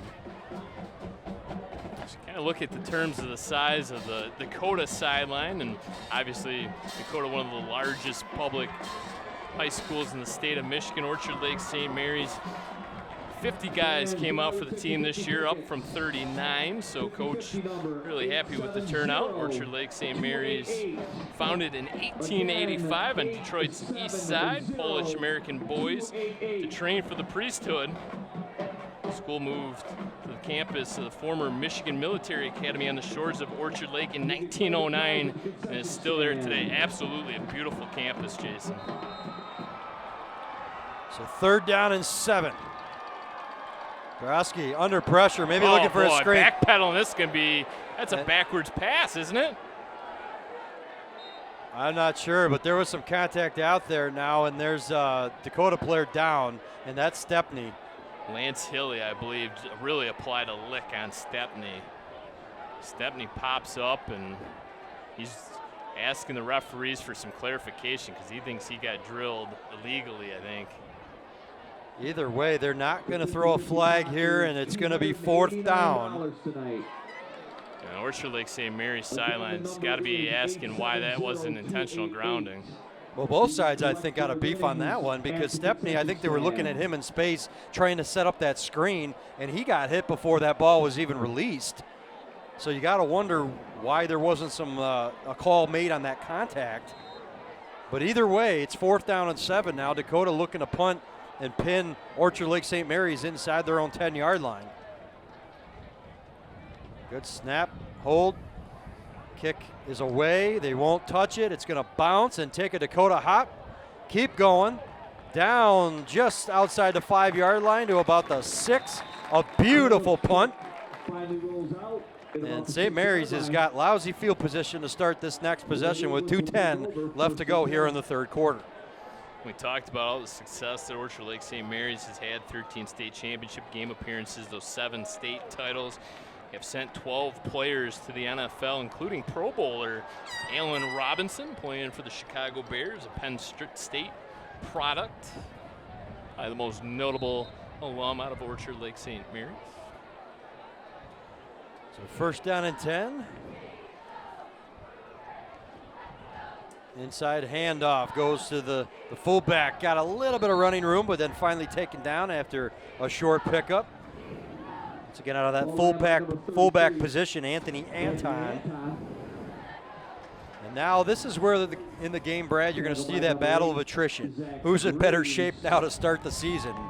You know, these teams practice all year round, and obviously the 2 weeks prior, they're allowed to practice in full pads based on MHSAA rules. And, you know, this is the time of the game now. You're playing, it's live competition. Yep. Who's going to have the energy and the stamina? Strength and conditioning, all that weight room workouts. And look out here, a big run. Oh, boy, missed tackle there. You can't take them down with one hand. And to midfield, big-time run right there by number 9.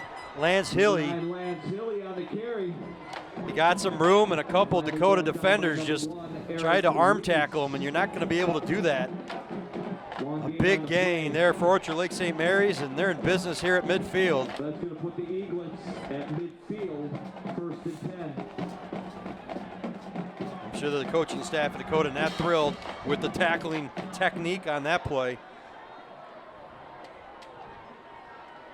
4-3 look defensively for Dakota, and straight ahead, plowing forward, picking up defenders and dragging them with them. Trying to strip that ball was a couple Dakota defenders. Instead of trying just to take the running back down, Garnett Davis that time, and he's a little slow to get up now. Yep, cramps. Trying to fight through it, and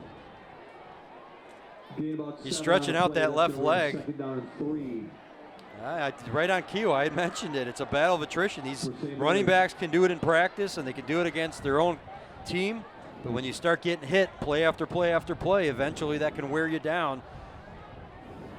And obviously some cramping going on down there. You hope it's nothing worse. He's going to try to stand up on it. It is very humid. Yeah, that's more than likely what it is, and he'll have to come out for at least one play here. A nice 7-yard pickup on that play, so it brings up 2nd down and 3.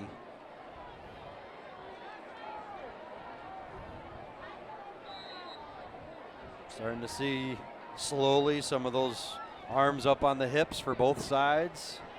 It's a defensive unit for Dakota that's been on the field quite a bit. We don't keep track of time of possession, but it seems like Orchard Lake St. Mary's really has a distinct advantage in that statistical category.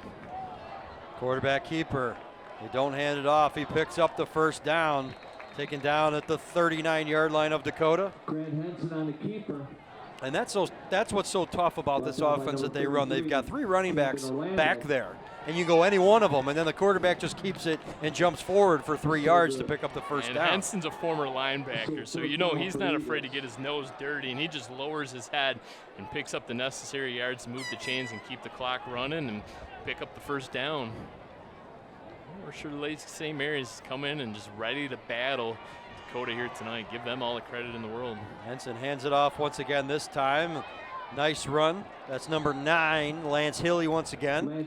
Picks up about 7 yards. And boy, if you're going to pick up 7 yards on 1st down, you're going to have some success. Well, Anthony Allen finally making the tackle. And we talked about it. They were averaging over 7.5 yards per carry in the 1st half. And right about that mark here in the 2nd half as well.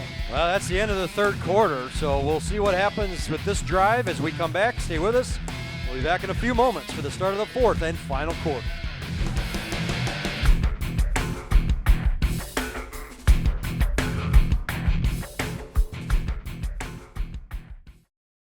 It's another fall Friday night, and your kids should be playing high school football. It's a fun game, and it's safer than ever. It's safe because the rules, the coaching, and the equipment are better than ever before. As a result, serious injuries are at an all-time low. Seriously. It builds strong schools, lifetime memories, and tomorrow's community leaders. And it's mother approved. It's a great game, and we want to teach it to your kids.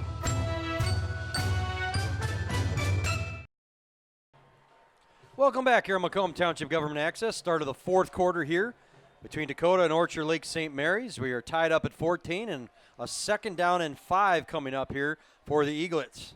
Inside handoff once again to Hilly, and he's stopped short. Might not have gotten a yard on that run. See where they place this thing, but it's going to bring up a big third down here in the fourth quarter, Brad, and this is what it all comes down to now. We got a fresh game, 14-all. Who's going to play the best in this final quarter of play? Yeah, St. Mary's started this drive all the way back on their 7-yard line and methodically have driven it down the field. They had that big 38-yard run and are knocking on the Dakota red zone once again. They hand it off inside, running room there. They're going to have the first down. Garnett Davis that time found the seam. Turned on the Jets and picked up some positive yardage to get them the first down. So Dakota going to have to come up with something here. Now in the red zone, St. Mary's.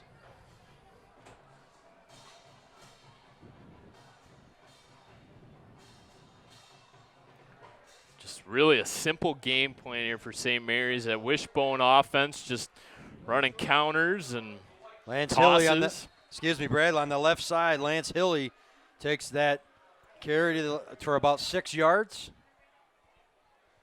And that's what Orchard Lake St. Mary's wants to do. They've pretty much done that all night. You've only seen really a few passing plays throughout this game. Their bread and butter is to just line up and pound you. Yeah, they've only passed it once here in the second half, and it was that 59-yard touchdown pass. This entire drive, all 8 plays have been on the ground. Once again under center, they hand it off inside. Running room there. Dakota trying to take down Garnett Davis. Kind of like a bowling ball out there. Between him and Hilly, and an occasional run by Cameron Arnold. 6 more yards. The yards per carry, an outstanding number right now for Orchard Lake St. Mary's. Look at this defensive line right now for Dakota. Hands on the hips. They're just getting worked up front. A little bit winded. Couple minutes gone here in the fourth quarter. Get those big tight ends split out. Give you those 2 extra blockers. They try a run once again. The defense is there that time. Enough to hold them up for other defenders to get in on them. Nice play that time. That was number 7. Matt Love made the initial contact and just kind of slowed him up enough to allow his teammates to make the gang tackle. David McFadden in there as well for the Cougars.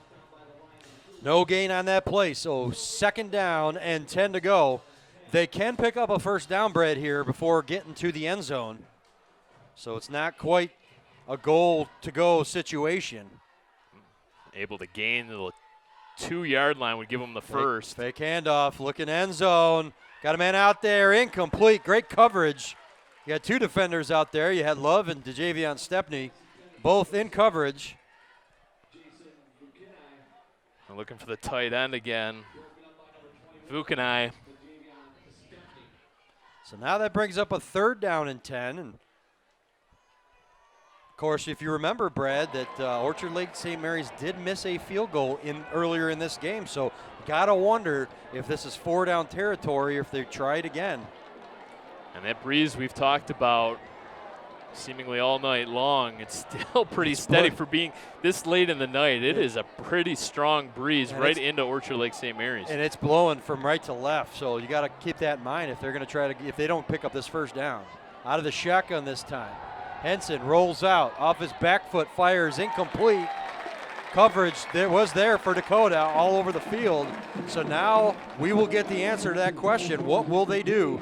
4th down and 10. It looks like they're going to bring in some personnel to try a field goal. I was looking for Arnold in the end zone and threw that ball into the dirt, and that was the pursuit once again by Dakota. So the Cougar defense bends but doesn't break, and we'll get a field goal attempt from that far left hash.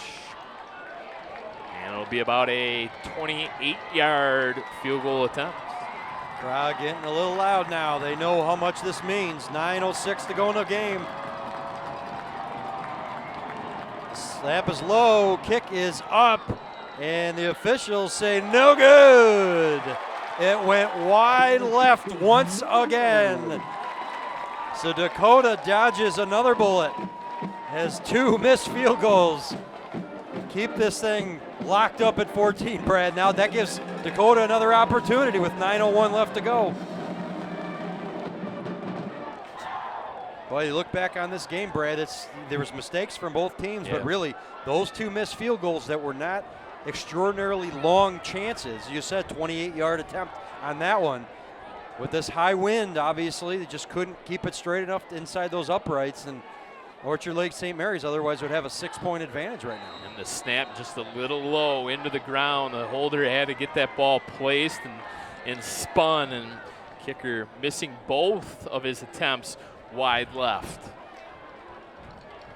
now Dakota takes over at the 20-yard line. 1st down and 10. Drosky turns, hands it to Stepney, waits for a hole to open. Doesn't happen. He picks up a couple yards by diving forward. Just waiting for Stepney to break another long run. You think there's probably one in the Cougars' back pocket here. It's going to be tough, though. These guys up front. Now you can see the hands on the hips now for the defensive line of Orchard Lake St. Mary's. Both teams up front, they're tired. I don't know necessarily if you're going to see those big holes open up this point forward. But Dakota is used to spreading this thing out quite a bit, too. They got 3 wide. Fake the hand. Oh, they do hand it to Stepney. Cuts back towards the middle. Going to pick up maybe a yard or 2 more, and that's going to bring up 3rd down and about 5 or 6. And it's his 2nd and 3rd effort, really finding something out of nothing that have kept some of these drives alive, and you get yourself into a 3rd and short here. Give yourself plenty of options with the 3rd and 5 look. See things whipping around the field now as the wind really taking napkins and whatever it can. Yeah, middle part of the state is getting bombarded with rain right now and wind. Drosky pass out there is complete to number 1, Eric Reese. That's going to be a 1st down. So another great passing play right there. Drosky rolling to his left, his weaker side. Was able to put that one on target, and Reese made a nice catch.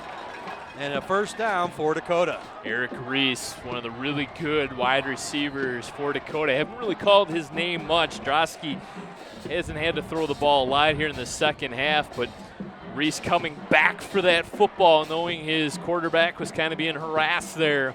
Nice heads-up play by the junior wideout. 1st down and 10, ball placed at the 34-yard line. Option play, Stepney spins, then runs into 2 more big linemen for Orchard Lake St. Mary's, and sidestep the first wannabe tackler. Jordan Cannon is limping out there in on that tackle as well, and he might be fighting those cramps as well. Stepney did everything he could to lose a yard there.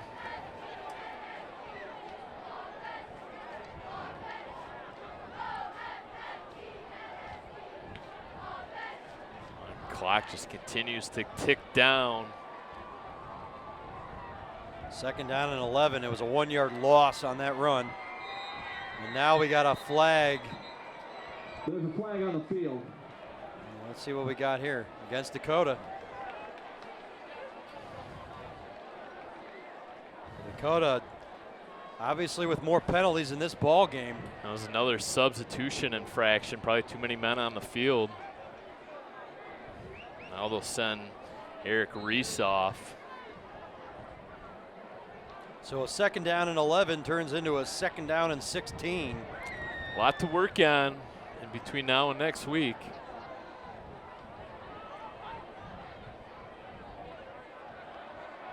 Back to throw it. Drosky has time. Now will tuck it. Run back the other direction. Being chased. Gets it up over the 30-yard line to about the 33 out of bounds. And that'll bring up a big third down play. And I'll tell you who really created the play there, and Stepney in the backfield applying a big block that allowed Drosky to get a little bit of running room. Got it back up to the original line of scrimmage. That could easily have been a 5 or 6 yard loss, but Stepney came up and really applied a nice block for running back. Third down and 10, big third down play here. And Dakota just can't make that mistake passing the football, but they go 4 wide. Drosky's got protection, rolls out, now cuts up the middle. Still looking for somebody. Pass out there, incomplete. And a flag down. And I'll tell you what, Gabe Mata, number 5 on the outside, the wide receiver, he was being held the entire time, and you can't do that. The running back's not a, or the quarterback's not a running back until he passes over the line of scrimmage, and they were holding well past the 5 yards that you're allowed to apply pressure as a defensive back. And that's what the officials were meeting about. Let's see what the actual call is. This would be huge. Give Dakota another opportunity. And they're going to wave. They're waving it off, replay it down.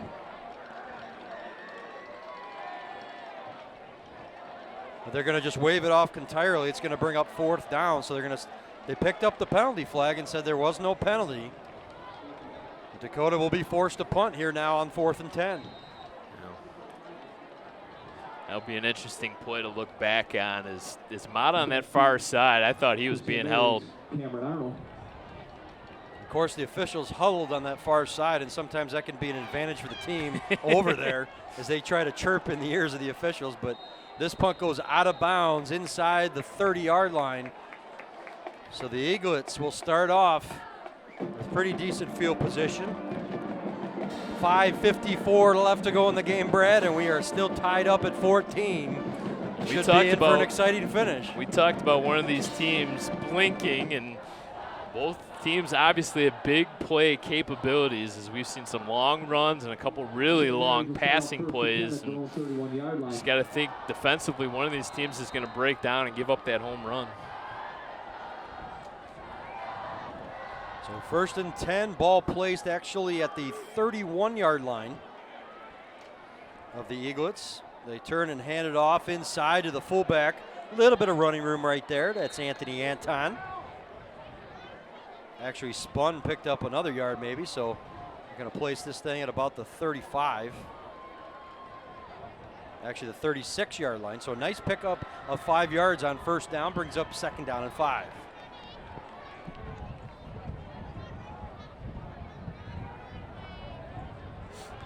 We know Orchard Lake St. Mary's can't rely on kicking a game-winning field goal. Handed off inside once again. That Dakota defense bottling it up. That's going to bring up a big 3rd down for both teams here. That's a big play, Brad, because obviously with the clock ticking down under 5 minutes here, Orchard Lake St. Mary's does not want to give the ball back to Dakota with this much time. And of course, Dakota wants to get the ball back with a little bit of time, so they're looking for a big stop here. And this Cougar faithful really sitting on their hands right now. They're a little nervous. Yeah. 3rd down and 3. They hand it off inside. They got the 1st down and more up towards midfield.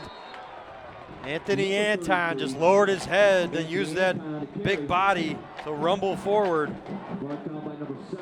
They mark it at the 49-yard line, so not quite yet into the Dakota territory. But they got it 1st and 10 coming up on 4.5 to play in the ballgame. Everything you could hope for in a week 1 matchup. 2 perennial powerhouses coming down to the final couple drives. Almost a botched handoff there. Once again, the handoff inside. If it's not broke, you don't need to fix it. Anthony Anton with another carry of about 6 to 7 yards, Brad, and they're just picking up these big chunk plays on the ground. Yeah, going to give them 9 total. 9 total on that one. It just keeps rumbling forward for big yardage. You wonder almost if Dakota might want to cheat up one of their safeties to provide a little extra inside that box. This is where, if you're Orchard Lake St. Mary's, you could take a shot. 2nd down and short. They hand it off once again inside. Can't tackle him like with a shoestring tackle. Big yardage that time inside the red zone. Anthony Anton. And Orchard Lake St. Mary's now in business. Yeah. That's what you call arm tackles. You're not going to bring a big back down with arm tackles. We've seen that quite a bit in this ballgame with these running backs. You can't just get one hand on them and try to bring them down. Got to wrap guys up. And Orchard Lake St. Mary's late in this ball game, knocking on the door. They give it to Anton once again. Boy, cuts back huge hole. Right up the gut, untouched. Touchdown, Orchard Lake St. Mary's. Touchdown, Eaglets. They just ran right down the gut of Dakota. They take a 20-14 lead. Extra point still upcoming. 3:09 left to go in the ball game.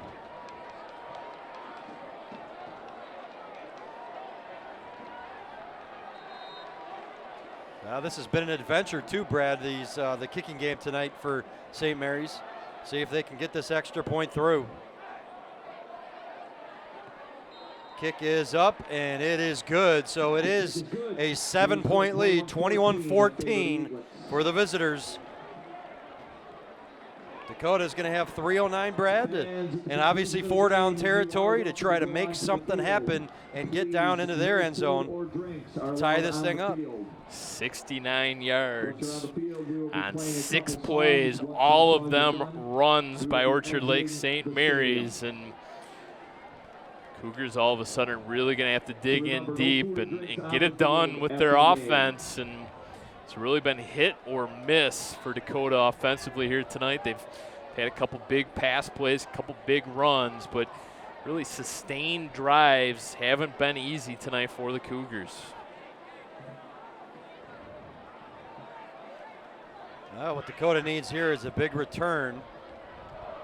St. Mary's is kicking into that wind, so you wonder if they're going to just kick this short. But either way, Dakota should end up with pretty good field position here.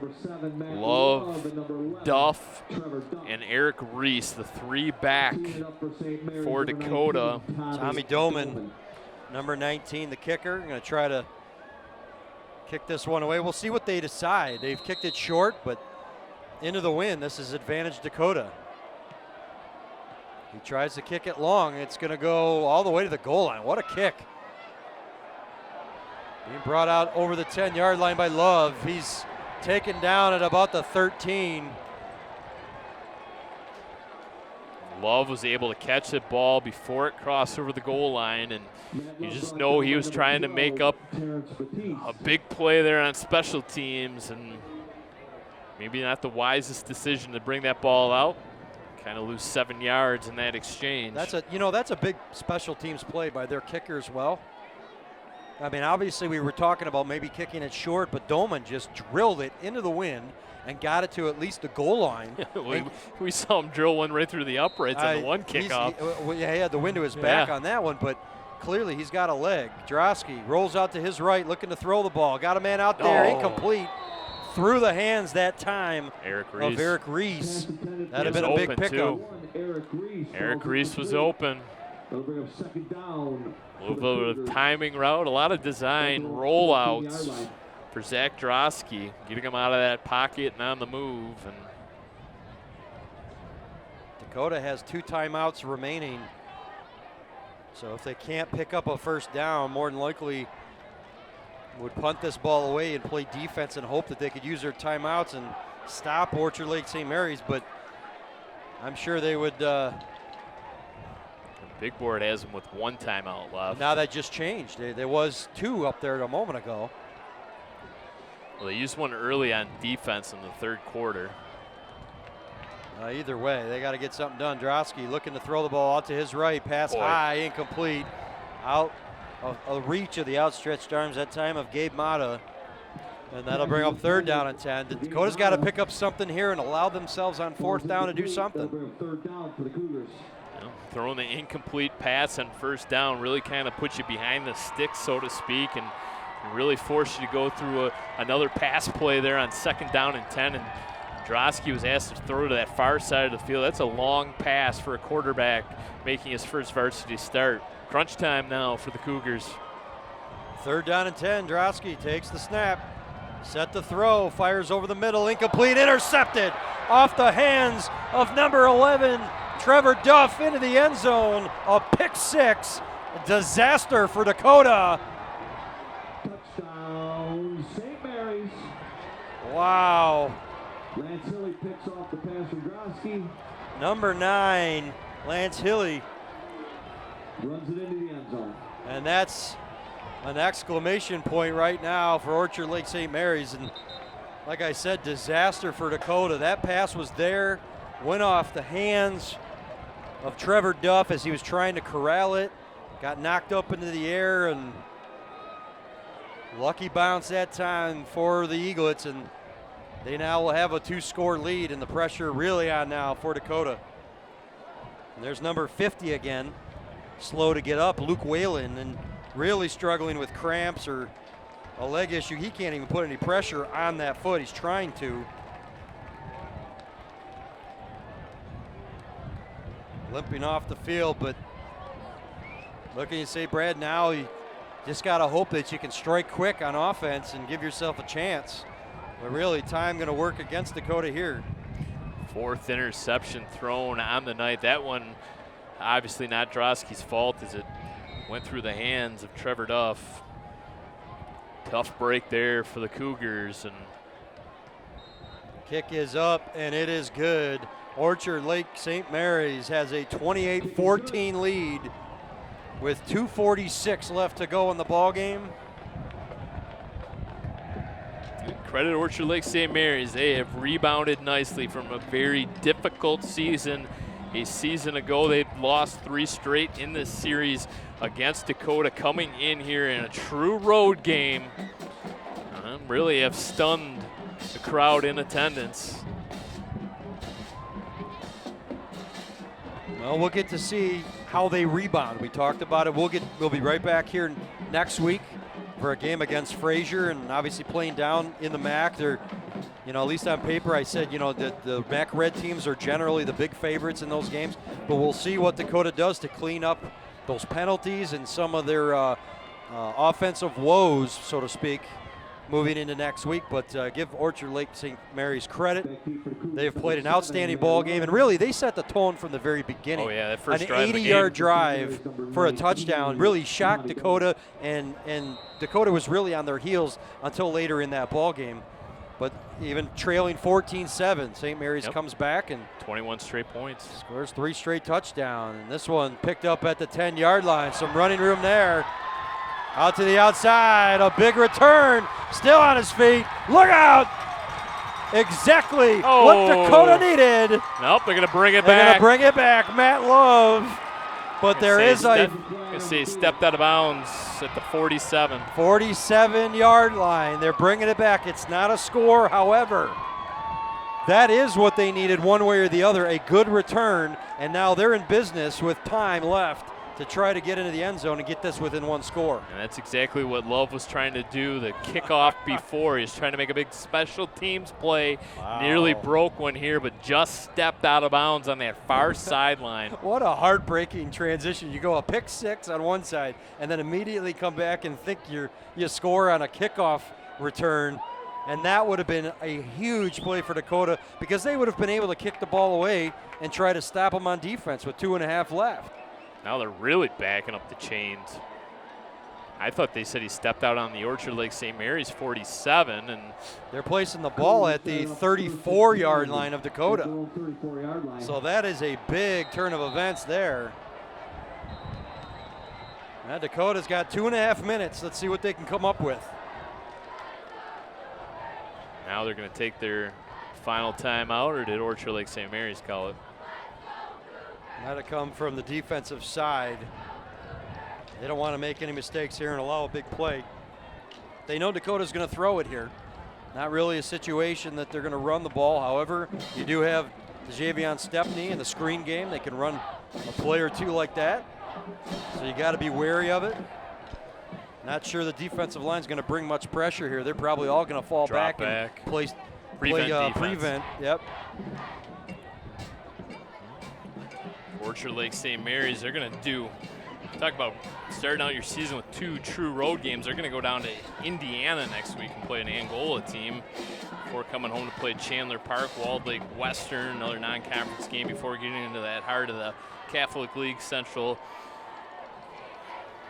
De La Salle, Brother Rice, CC, and Divine Child, and perhaps this year the Prep Bowl. Never know. So first down and 10, Drosky rolling to his left. Got protection, fires it out there, pass in the air once again, intercepted. Unbelievable, second straight time. In and out of the hands of Stepney, and I believe it was number 27. And we don't have a 27 on our roster, forgive us, but either way, that's your ball game. 2 straight offensive possessions that a pass goes off the receiver up into the air, and Orchard Lake St. Mary's, Johnny on the spot to pick it off, and they'll just sit on this thing here, I'm sure, for the final 2.5 minutes. This has really turned into a nightmare of a night for junior signal caller Zach Drosky. Yeah, he's got interceptions, but really 3 of those I don't put on him. The coaches are going to tell him the same thing. Balls those last 2 hit the receivers. They should have caught those balls, and those things were popped up in the air. And now a big run here, look out. They're going to maybe add some more points. Anthony Anton down inside the red zone, taken down at about the 7-yard line. Eric Reese, touchdown, saving tackle. And Orchard Lake St. Mary's doesn't shock me. They might want to put another exclamation point on this, knowing who they're playing, a D1 school, a MAC red opponent, kind of show what they're all about. Some style points. Yeah. 2 minutes to go. Well, they're just going to hand the ball off, I'm sure. Dakota can't stop them. They're not really rubbing this in, so to speak. You just got to stop them one way or the other. Under center now, once again, inside handoff. No room there, taken down. Anton tried it again up the gut.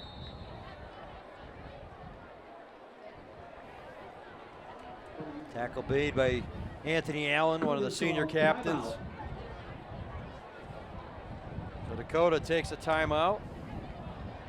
It looks like that might be one of their last ones if the scoreboard is correct.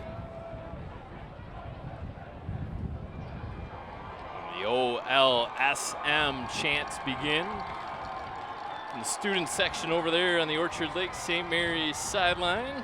And why not? Travel all this way. Got something to cheer about, why not? Come in and I don't know if it was a huge shock, but I would have thought maybe Dakota had the slight advantage in this game. You know, it was 14-all, and obviously 2 scores came off interceptions where they should have been completed passes. So when you really look in perspective, yeah, Orchard Lake St. Mary's is going to get this win, and they've earned it here tonight. I am not taking anything away from them. But the score differential right now basically came on 2 plays. The 2 pick sixes, or excuse me, the 1 pick 6, and then the other one that led to another touchdown. So 28-14 our score. They're going to hand the ball off again inside. The defense there to stop it, so it's going to bring up a 3rd down. But boy, if they could get this down here, you imagine that Orchard Lake St. Mary's is just going to go for it even on 4th down. If they don't get the 1st down, they're not going to try for the field goal and force Dakota to have to go about 90-plus yards for a touchdown with a 2-score game. That's pretty much it. You can start looking ahead to next week and kind of got a feel maybe for Frazier, who's probably going to take the brunt of Dakota's loss this week. They're going to feel it next week, as I'm sure Dakota's really going to want to work out the kinks against probably an undermanned Frazier squad. And a dive forward by Henson, and that's exactly what they're going to do with no timeouts. He's just going to dive forward and Stop by number 95, Jordan Rice Reno. Let this clock run out. Well, We've seen Dakota drop the openers against tough teams before, and I've seen them finish 8-1. So I mean, this is not something that's should discourage them moving forward. They have tough games this year against Chippewa Valley, against Eisenhower, against Stevenson, against Romeo. So they can't keep their heads down. They know they got to keep fighting forward, and obviously they're going to have a good season this year, I can anticipate. Yeah, this coaching staff will have it figured out by next week, as Orchard Lake St. Mary's is going to take a delay of game penalty. And as I mentioned, next week another home game against Fraser before going on the road to face that MAC Red opponent in Anchor Bay. You think they'll have it figured out by the time they play Fraser next week. And tough loss here to start things off for Dakota. Back to the drawing board. Well, and how big was that kickoff return now looking? Obviously it sets up the following play that ends up as an interception that pretty much sealed the deal. But could you imagine where this game would be right now if that would have gone the full length for a touchdown? Dakota would have only been down 1 score, but now they're going to have to put some time on the clock because Orchard Lake St. Mary's took a knee on 4th down. So the turnover on downs, Dakota should have about, 15 seconds. They were starting to line up thinking it was over, but there's just going to be a few seconds. Dakota's going to have one play. They probably, they're just going to call this thing at this point. You're down 2 scores.